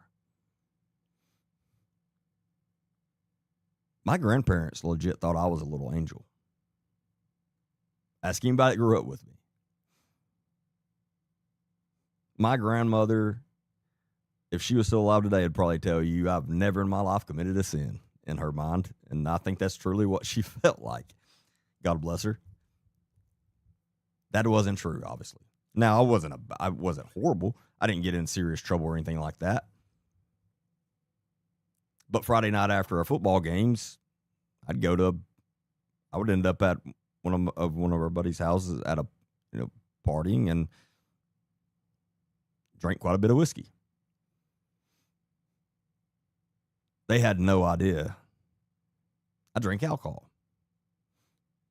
In fact, I was in my 20s. And somebody told them they saw me drunk. I think I was in college, and somebody told them they saw me drunk somewhere, and they didn't believe it. It was like, no, he's never drank. They truly thought that. So again, no matter how good you think your child is, they're not perfect. They're going to do things they shouldn't.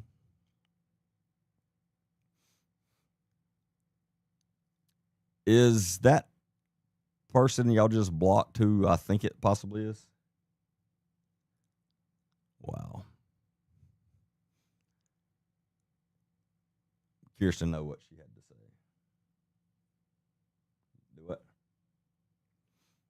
That's funny. But yeah, again, just because your child has never been arrested or gotten in serious trouble or makes really good grades at school, all that stuff doesn't mean they're perfect. They're not. And they should not be trusted with full privacy like that. They just shouldn't. What the hell does a child need privacy for? Exactly.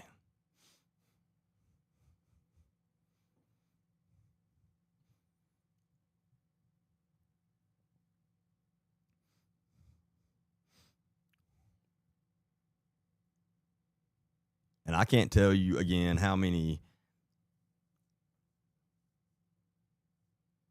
teenagers I've arrested or had to deal with. And when I'm talking to their parents,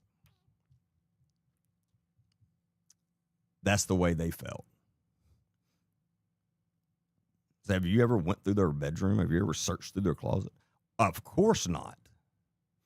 My parents did that to me, and I hated that. I would never do that to my child. Well, that's why we're in the situation we're in now.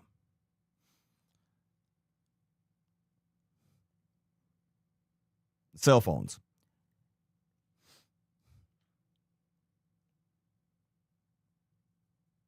When you have to go put handcuffs, pull a 15-year-old out of school and put handcuffs on them and call mom and dad because they've been arrested for sending child porn. That happens quite often. Because guess what? If your 15-year-old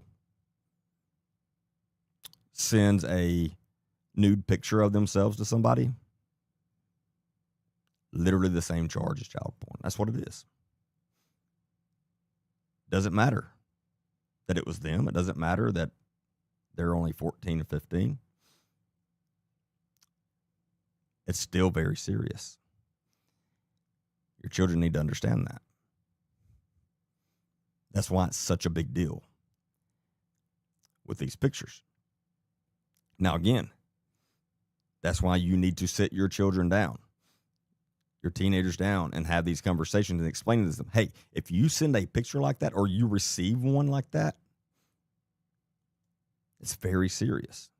Now, on the same note, back to what I've preach all the time, they still need to understand, hey, you better not do this, but no matter what you ever do, you can come to me and tell me, and we'll fix it. And yeah, you're going to have some consequences, but we'll get through it.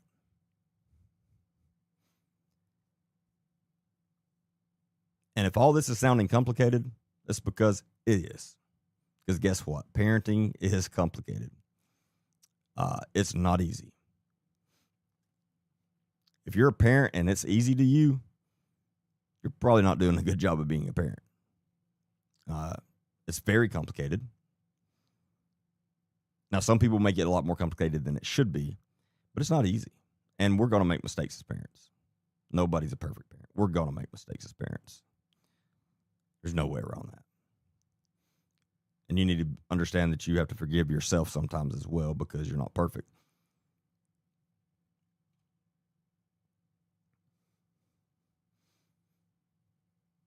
I've raised 3 boys, and my grandfather thought they were all angels. Oh, yes. Hey, Sienna.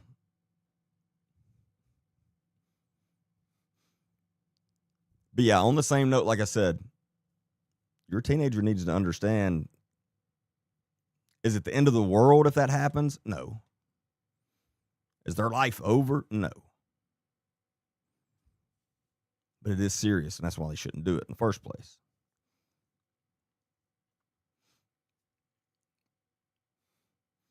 And sitting across from the 15-year-old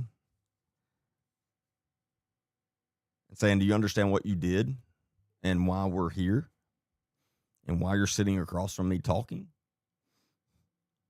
Yeah, but it's on Snapchat. It disappears. I've heard that more times than not. Oh, my goodness, I've heard that so many times.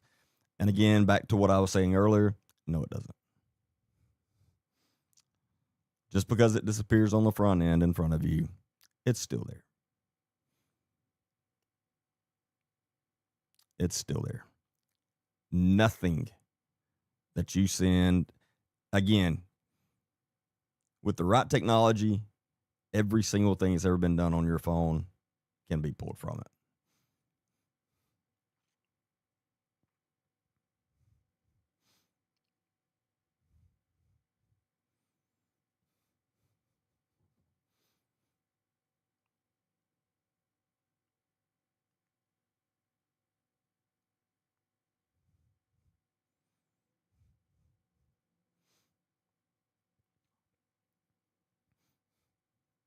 Oh, that is right, Deidre. That's how they caught the Murdoch.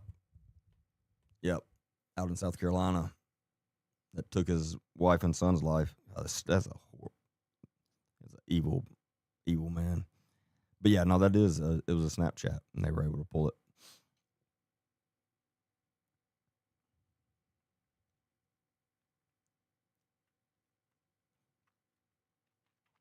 Now there are some communications apps on your phone that cannot be pulled. I'm not going to name those for obvious reasons. I don't want bad people knowing, which they probably know anyway, but I'm not going to announce it. But just know there are some. But very few. And most of the ones that market themselves as that, they're not fully secure.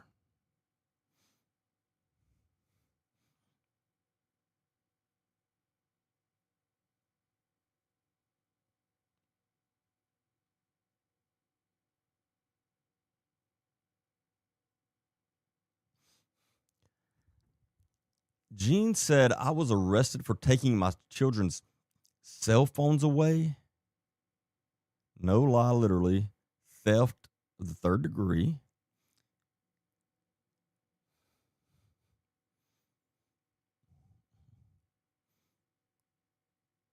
Ex-mother-in-law did it because she bought them. Who in the hell arrested you for that, Gene?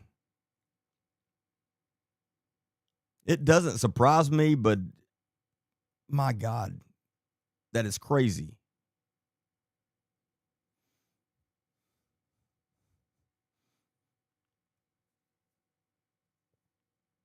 And if you don't want to talk about it publicly, please message me, and I would love to hear this story. That is, oh my goodness, that's crazy.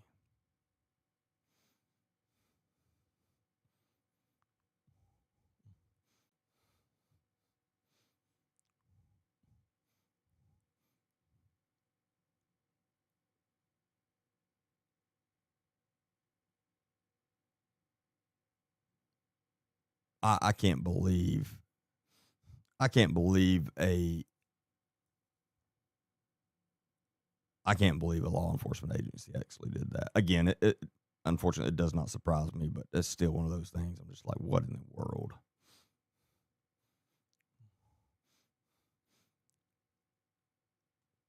Yeah, it's the mother-in-law's property, but that's not the way it works. That's not the way it works.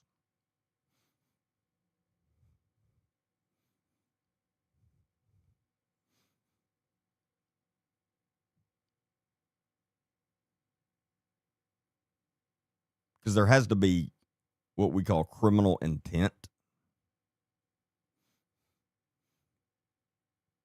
And in that case, I'm no lawyer, but I don't see how they could say there was criminal intent. And I'm guessing it got dropped. Or I'm hoping it did, surely.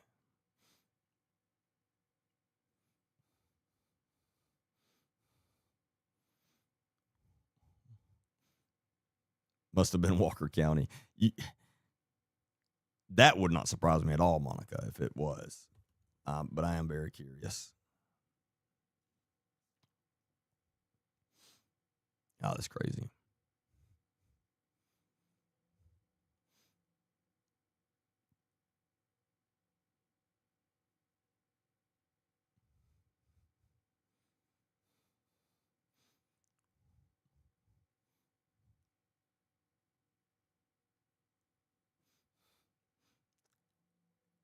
Jefferson County was the sheriff's office. Tell me, please tell me it got dropped.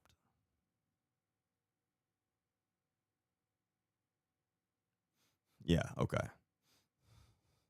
That's nuts.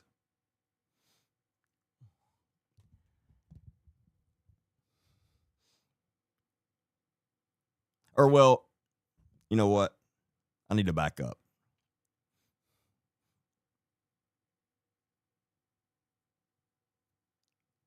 I'm going to guess that it wasn't investigated or anything. I'm going to guess the woman filed a report and then she went to the magistrate and got a warrant. Is that what happened? And again, that shouldn't have happened because the magistrate should have asked some questions and called a prosecutor in and said, "Hey, what do you think about this?" And they would have said no.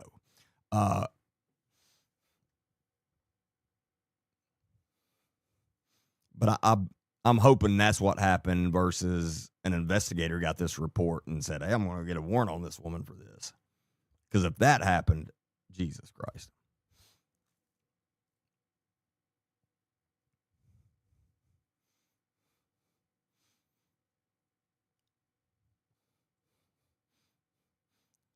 Do I need to go campaign against someone?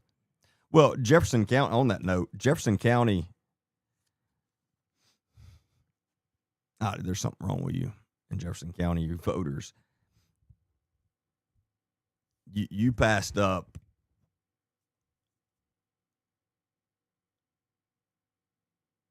a guy that was running for sheriff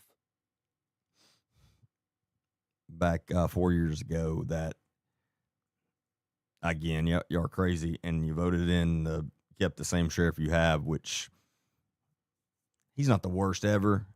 I don't know him personally, but he's far from the best. Y'all could do a lot better, and y'all passed that chance up with Jared Hudson when he was running for sheriff there. Okay, so yeah, that's what happened. Yeah, and that makes more sense, but again, it still shouldn't. That should not have happened.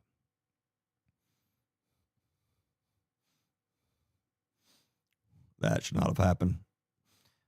She shouldn't have been given a warrant.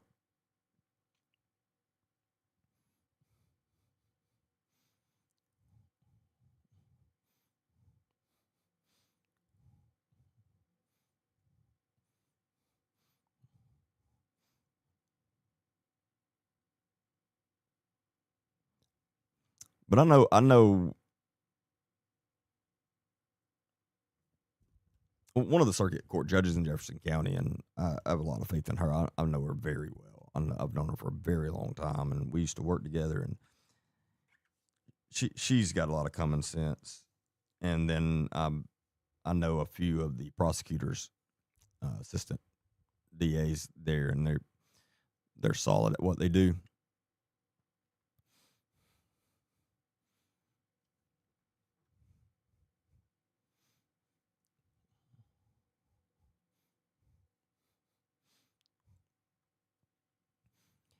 And speaking of Jared Hudson, if you live in Alabama,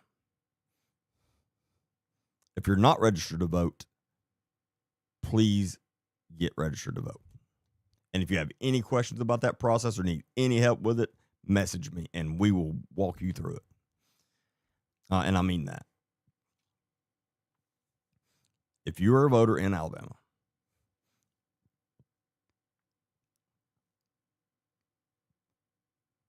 if you've never listened to anything I say, please listen to this.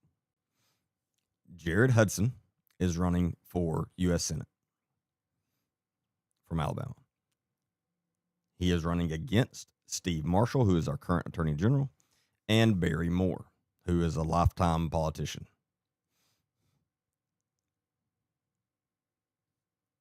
Please, and I'll stake my own reputation on Jared Hudson, vote for Jared Hudson for U.S. Senate. I am begging you. He is not someone that is going to change. I promise you that. Again, I'll stake my own reputation on it. He is who he says he is. He is a true, God-fearing, true Christian. And he doesn't just say that in the open and act different behind closed doors. I promise you, he is a true God-fearing man. As true Christian as you can get. A true warrior. He was a Navy SEAL. Just an all-around great man. And on what we're talking about tonight with the child predators and the big thing, going around right now with the Epstein files and all of that stuff. Jared Hudson literally chases down and takes child predators down every single day. He has a nonprofit that's what they do. And then in his real daytime job, he's a deputy sheriff and works on a federal task force, Homeland Security task force, and does that for a living. Track down child predators and throw them in prison. That's what he does, and he's been doing it for a long time. So, if you're an Alabama voter, please tell me, and I mean this, I'm not going to jump on you. I legit want to have a discussion with you. Please tell me why. If you're planning on voting for Steve Marshall or Barry Moore, please tell me why you would vote for one of them over Jared Hudson. And again, I want to have a legit discussion about it.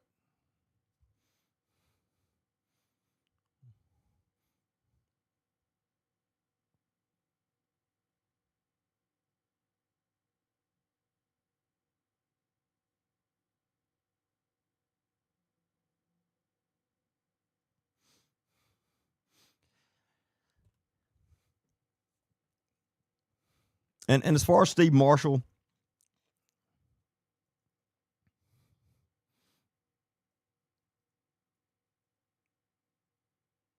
I've had some personal dealings with him in my previous career, and I was not impressed at all.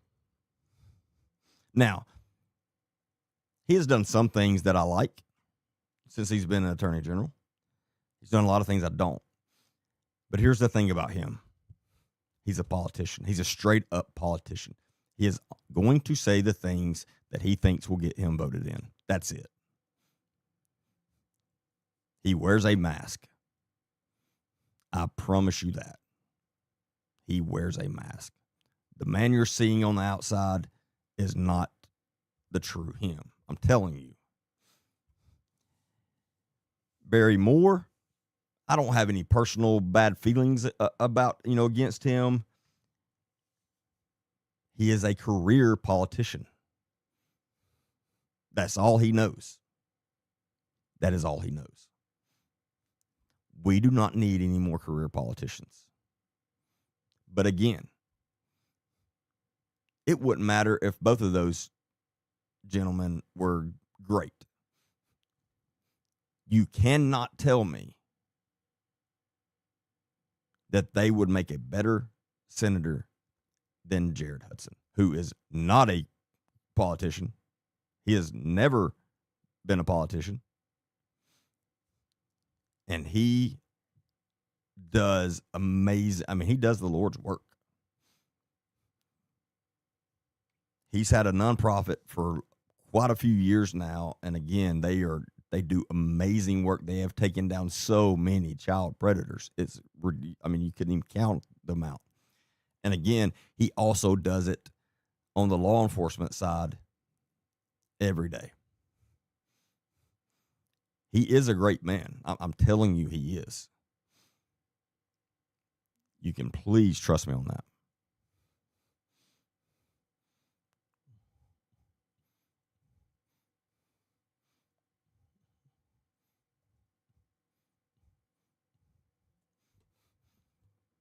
But please vote for Jared Hudson.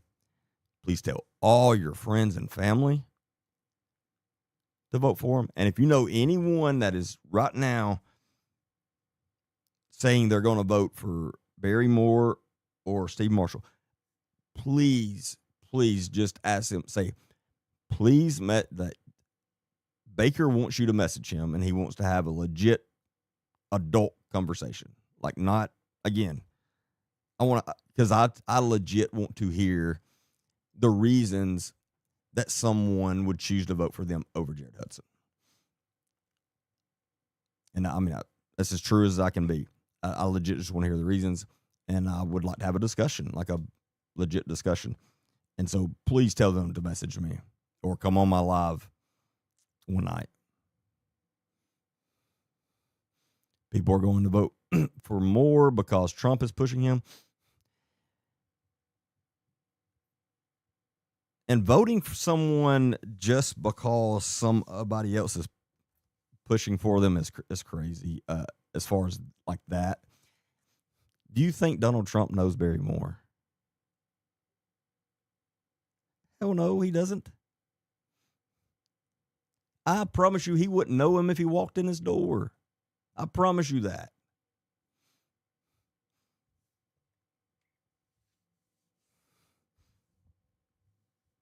The reason he's backing him is because the rest of the Republican machine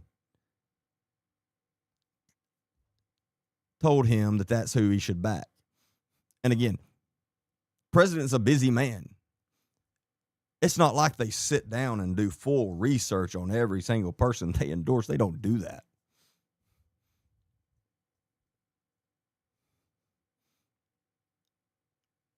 And I am now on the same note, I'm pissed at Trump for that. When I first heard it, I completely disagree with that. That's a horrible decision on his part. Because again, the fact that he is endorsing him and not Jared Hudson pisses me off. And just because I'm a Republican doesn't mean I stand for every Republican and every decision they make. Far from it. And this is one that I mean, there's quite a few things I don't agree with Trump. This is definitely one of those. And it pisses me off because he shouldn't. If you don't truly know something, then just don't endorse them.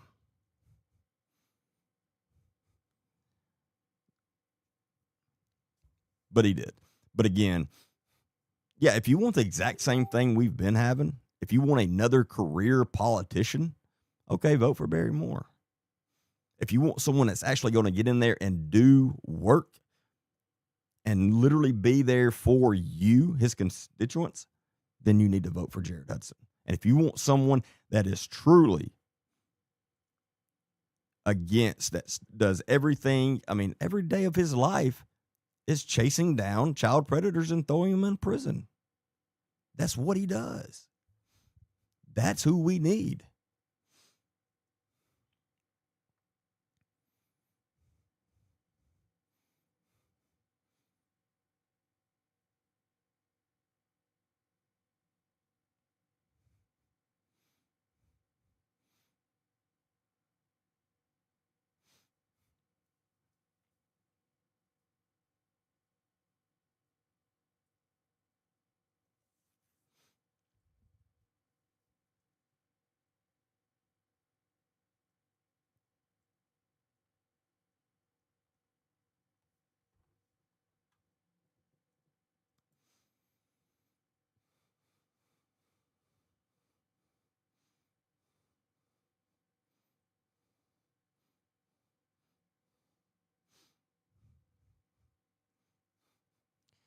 Well, Melissa, that doesn't make sense in a primary.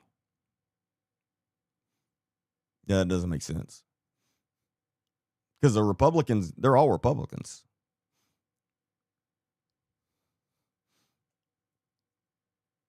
So on that side, in the primaries, at least one Republican's going to win. At least one Democrat's going to win. But what you're saying does not matter until the general election.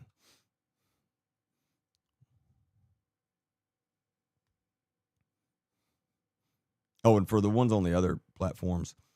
So what Melissa said is there's been other states that have lost to Democrats because the Republicans were split. I don't necessarily approve on Trump weighing in on elections and endorsing state candidates, but he has. I was not told this, but my assumption is that he's trying to prevent Republicans losing because the party is split, even if we have more voters. This is the only reason I'm torn. I like Hudson a lot. He has even asked candidates to drop out to prevent this. What are your thoughts? So, but yeah, that doesn't come into play in the primaries.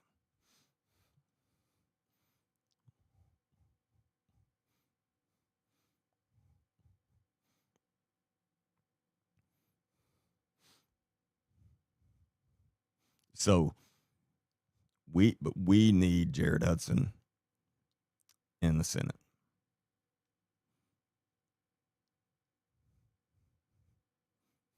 And you are rarely, if ever again, going to hear me say, I stake my own reputation on a politician.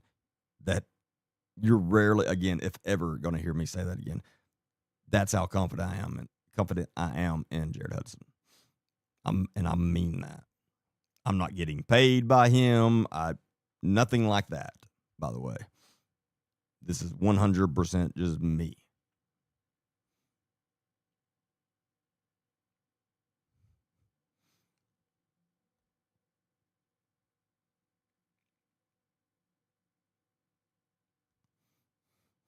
But Jared Hudson will stand up for what he believes and what his constituents want. I promise you that. He's not going to get there and fall into the machine. He's just not.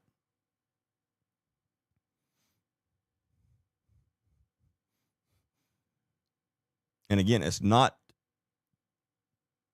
just important for you all to vote for Jared Hudson.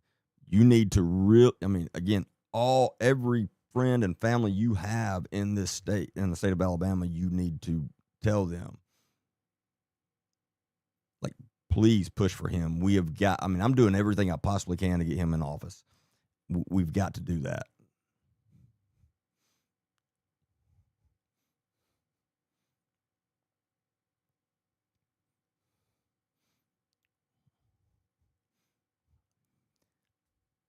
Miranda hit it right on the head. Trump likes more because more will carry his water. You're exactly right. And that's what I mean. Steve Marshall or Barry Moore. If they get in there, they will never make a decision. I promise you they won't. They're going to do what they are told. I promise you that. They're going to do what they are told. Jared Hudson will not. Will not. I promise you that.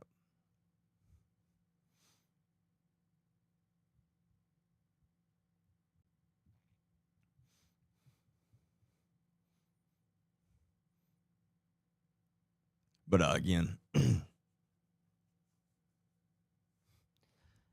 I have some pretty bad stuff on Steve Marshall, to be honest with you.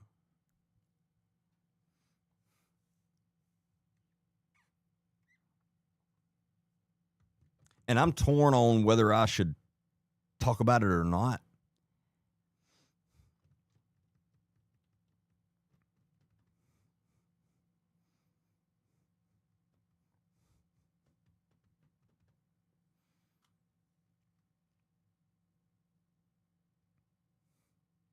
Here, let me say it like this, and you can do your own research. And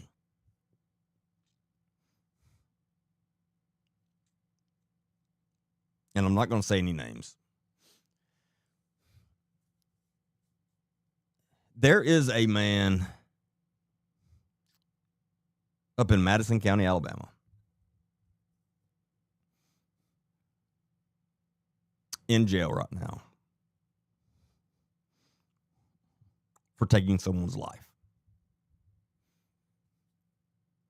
A horrible, horrible scene. Did things to this man that I literally couldn't talk about on here.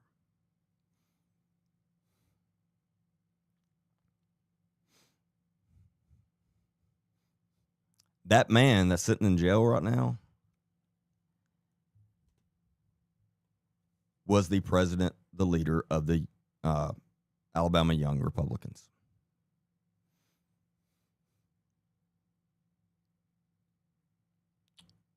One of the main people in the Republican Party in Alabama.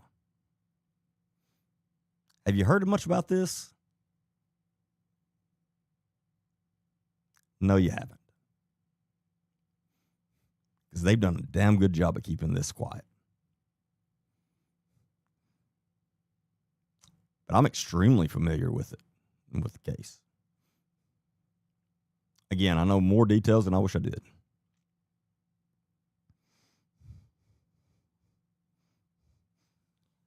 The person whose life he took was a lifelong Republican and a very, very big Republican, a powerful Republican in Alabama for a lot of years. His family was. Like, they made some big decisions. They were solely responsible for a few governors getting voted in.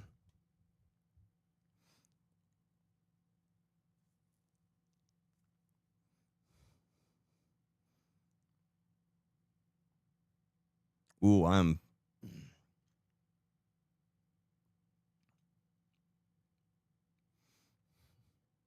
about to say something that I promise you 100% I'm going to get death threats over.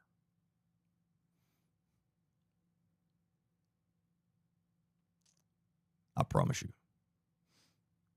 I wasn't even going to say this. I don't know what made me just decide, hey, I'm going to say this.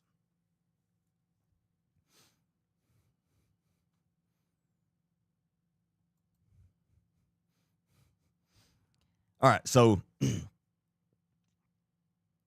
there is a man in Madison County in jail right now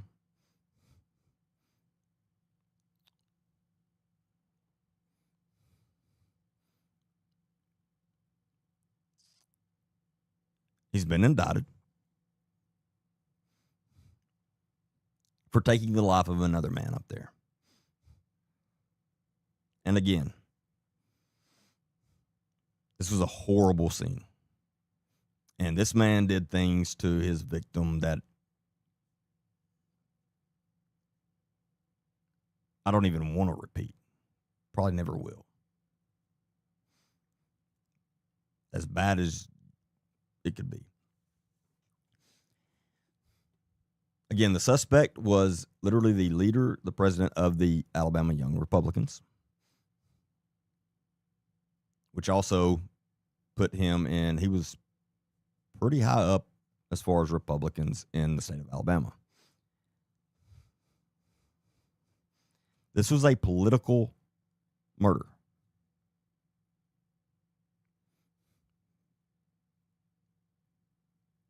Has anyone on here heard about this at all?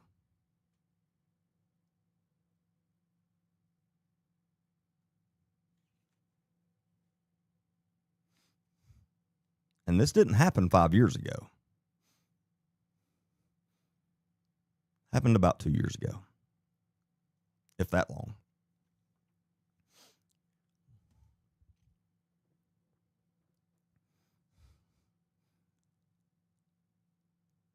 And the man whose life he took, his family was huge Republicans and very powerful Republicans in the state for a long time. Again, they were responsible for a couple of governors getting voted in, amongst other things.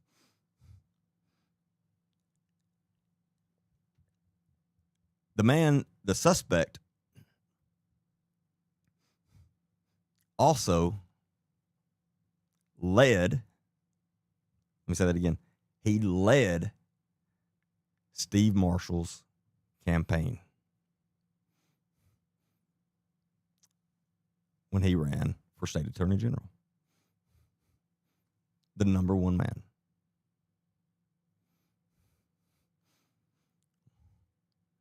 When I say he and Steve Marshall were close, they were best friends. Why is it that nobody's heard about this? Because there's been a lot of things behind the scene keeping this as quiet as possible. And I'm not going to tell you how I know about it. But again, I know every single thing there is about it. I've seen the full case file, everything. So again, I just said one of Steve Marshall's best friends, one of his most trusted people, took the life of another man in Madison County. Not only took his life, but did horrible, unspeakable things to him.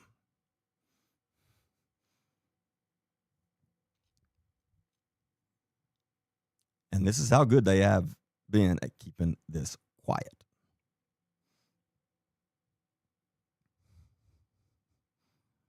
Bunch of pictures of these two together. Bunch. We're not talking about they were at the same get-together a few times. Bunch of pictures of these. I mean, there's no doubt they were very close.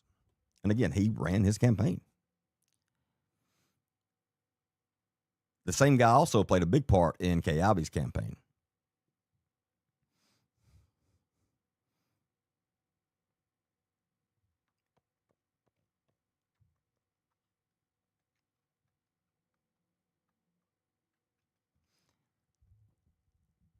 The reason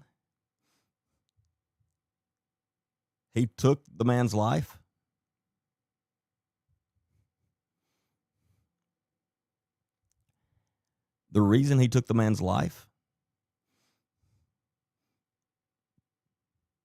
is because the suspect was something that Republicans cannot be for. Because he was something that Republicans speak out very loudly about.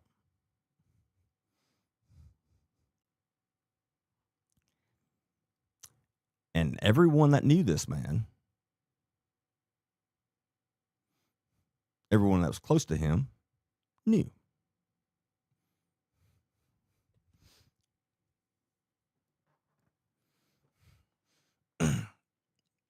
I will get with my attorney this week and see if I can say the names. I probably can, but I want to make sure.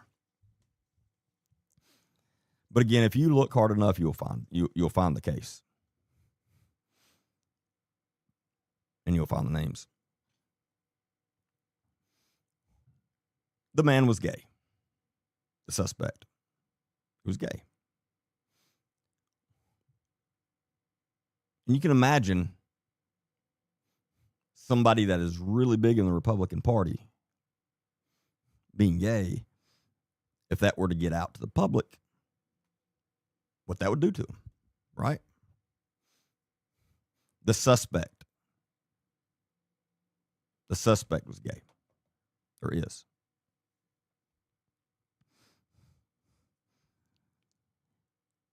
The victim, knew the suspect well, very well.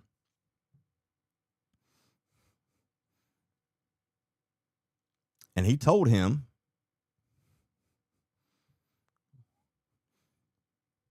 I'm calling Montgomery and I'm telling everybody that you're gay.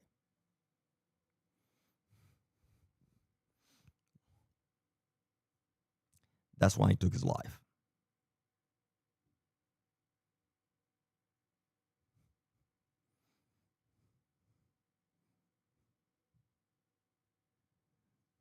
So there you go. This was all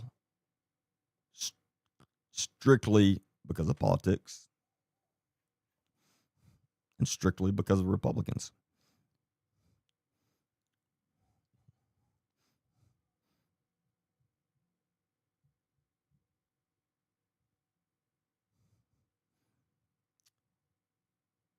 Now, I can't say that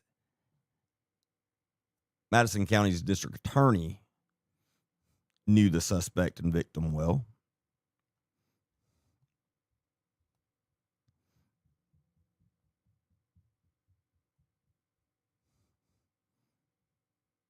But I can say more likely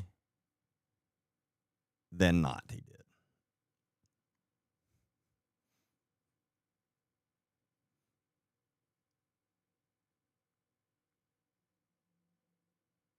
And again, what you have to ask yourself is, why have you just now heard about this?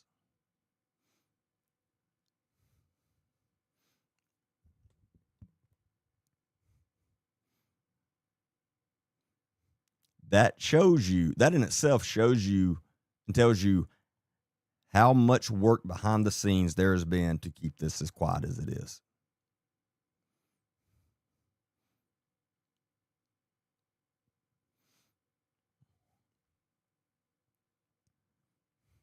Again, don't forget how close I said that this suspect and Steve Marshall are, our state attorney general.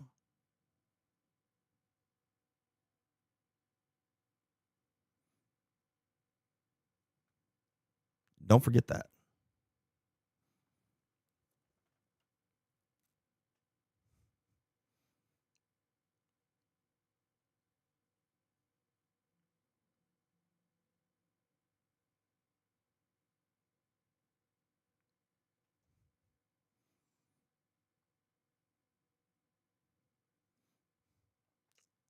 That's all I feel comfortable saying about it tonight.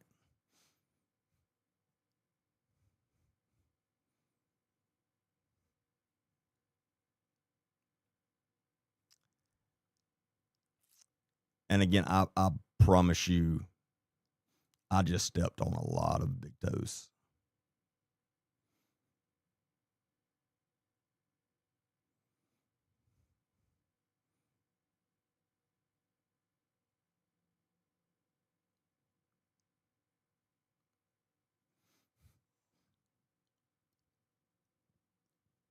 And everything I've just said is not rumors.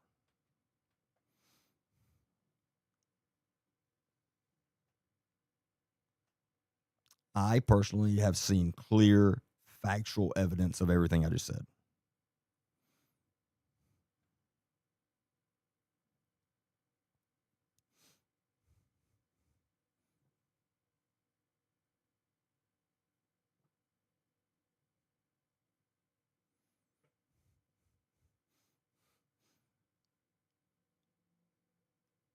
And I say that because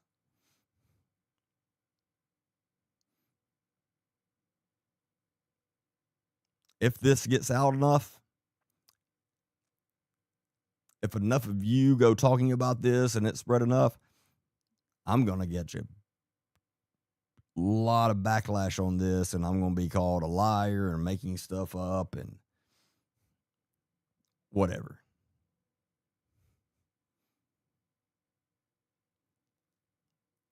But listen to me when I say I personally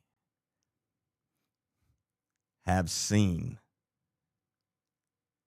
factual proof, evidence of everything I just said. Now, if it's something I have not seen factual proof of, I made that clear.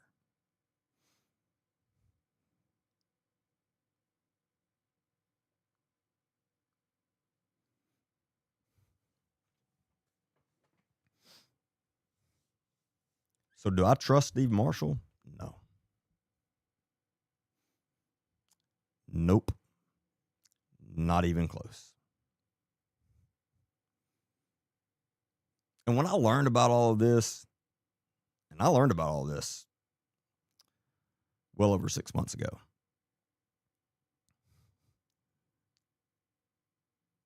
and it's been so hard sitting on it. And I was not going to mention it again. I don't know why. Whatever I was saying tonight or whatever, I was like, you know what? I think some people need to know about this. And again, I'm a Republican. I'm a lifetime Republican. And I don't know if I'll ever run for an office, but it's a good possibility at some point. But I'm not going to let that stop me from telling things that I think that people need to know. Because again, everything I just told you is going to be, if it gets out enough, the Republican Party in this state, they are not going to be happy, and they're going to be calling me everything. So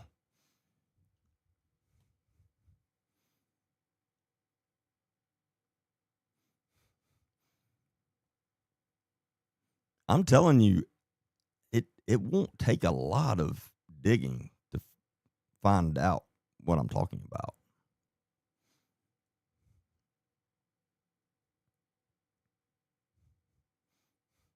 Now, the certain parts about it you're not just going to see, obviously. But the incident, the crime, and who the victim was and who the suspect was, you can find that.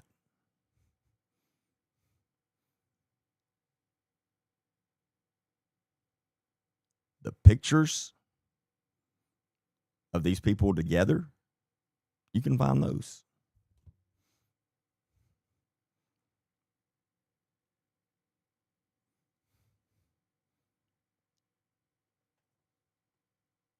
I've got them all, but I'm not going to share those because those were shared with me by someone that asked me to not share them, and so I'm not.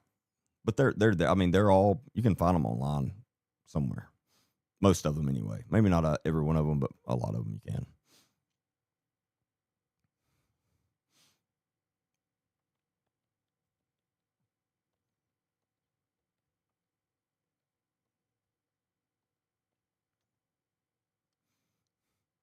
And if y'all still are not able to figure it out, like I said, I'll talk to some people this week and see if I need to speak any further on it as far as the exact names or anything. But again, I'm telling you, you can find it.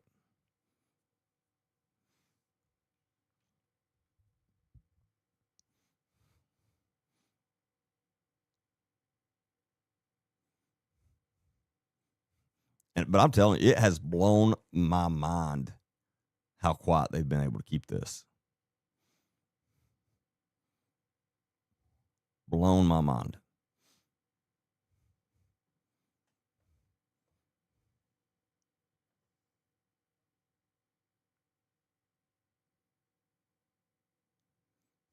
But there y'all go.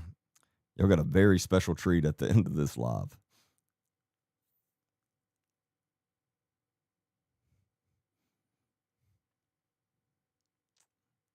There's a decent chance I'll wake up in the morning and regret saying it all, but again, it needs to be said. People need to know. People need to know. And again, the biggest question is, why has this been kept so quiet?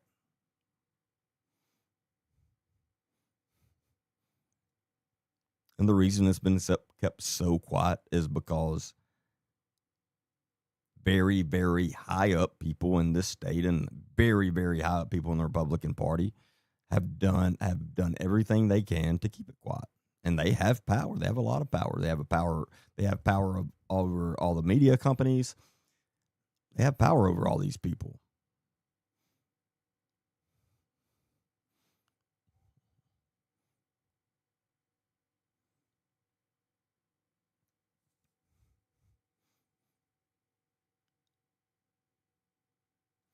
So Melissa on Facebook said she's found it.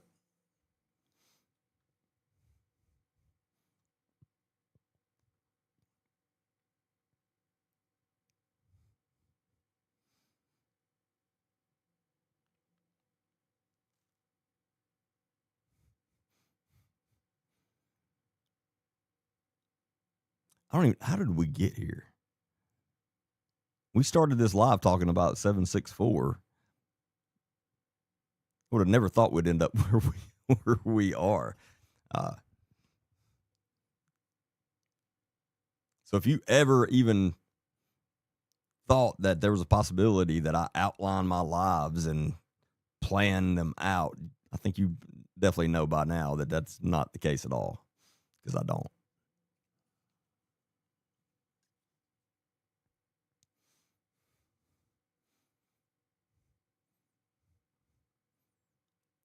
May wake up to a horse head in your bed.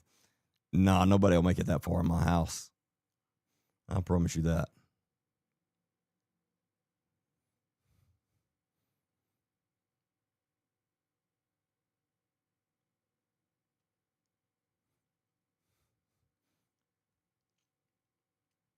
Now, if something, if I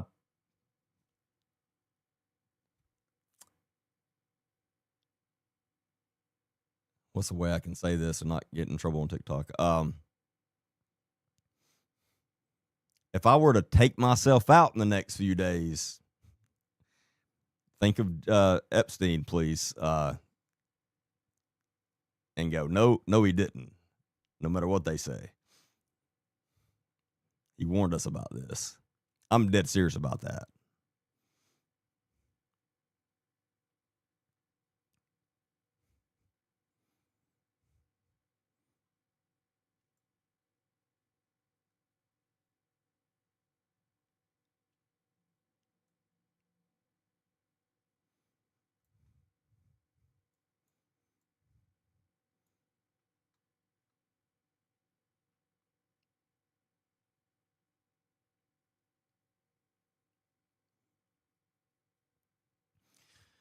All right. Well, on that note, I think it's a good time to go for the night. I appreciate each and every one of you being on here. I really do. I couldn't do any of this without all of you, and it means a lot to me. And we have a long way to go, but we will get there. As long as I'm still around, anyway. We'll get there, and I'm looking forward to it. And again, a lot of big things happening, a lot of exciting things happening. I've put in a lot of work on the Patreon this week, and I almost have it to where we're ready to go live with it. I can't promise you it'll be up by Friday, but I'm going to try my best to have that up. And again, we got a few more sponsors this week that I'm excited about. And by the way, I'm never going to promote a brand or products that I don't use myself. And I promise you that, because I got to be passionate about something. And if I don't believe in it myself, I'm not going to. That's why I've not been promoting many things at all, because we get a lot of offers. And when I say we, I'm anybody that does this for a living. But I'm very picky about it, even though, we do need the finances for it. And so we are taking, starting to kick some of those in for sure. But again, only the ones that I personally use myself or personally believe in. And so, and I'll be putting out more promos over the next few days and from then on. And if you have any questions about any of those sponsors, message me and I'll be glad to discuss it with you or talk to you about it. But make sure you check those out. Now, my favorite one and the biggest one is, if you've never heard of Dubby, and it's an energy mix, like an energy drink, but it's a powder. So you just mix it with water, and they have a bunch of different flavors. And every flavor I've tried so far, I think they originally sent me like 5 flavors, and they taste amazing.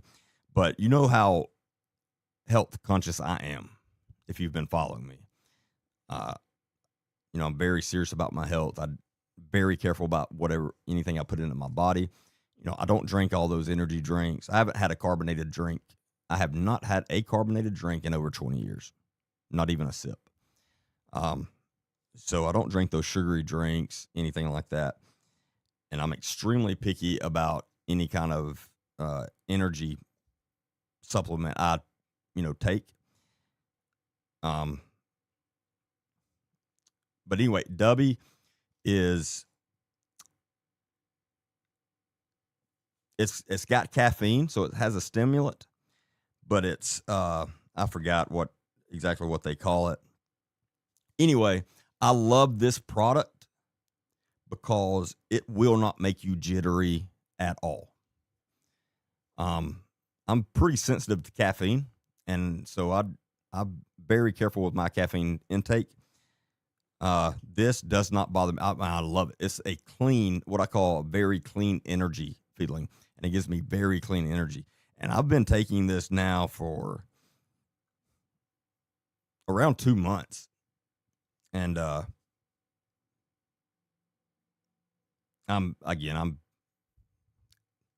love this stuff. And now I take it every single day. I take a scoop of this every single day, but it's got tons of vitamin C, vitamin B3, B6, B12. And it's got taurine, glutamine.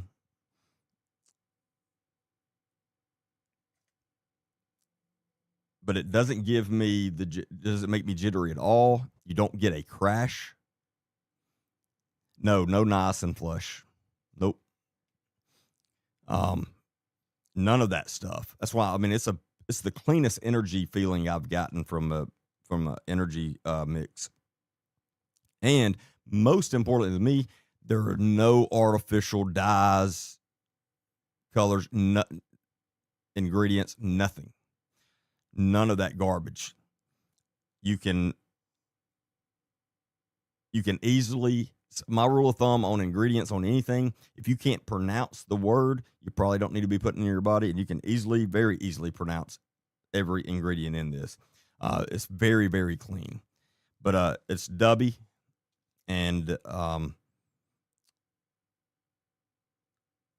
just did one promo video that I'll be putting out probably right after this live. It'll go live.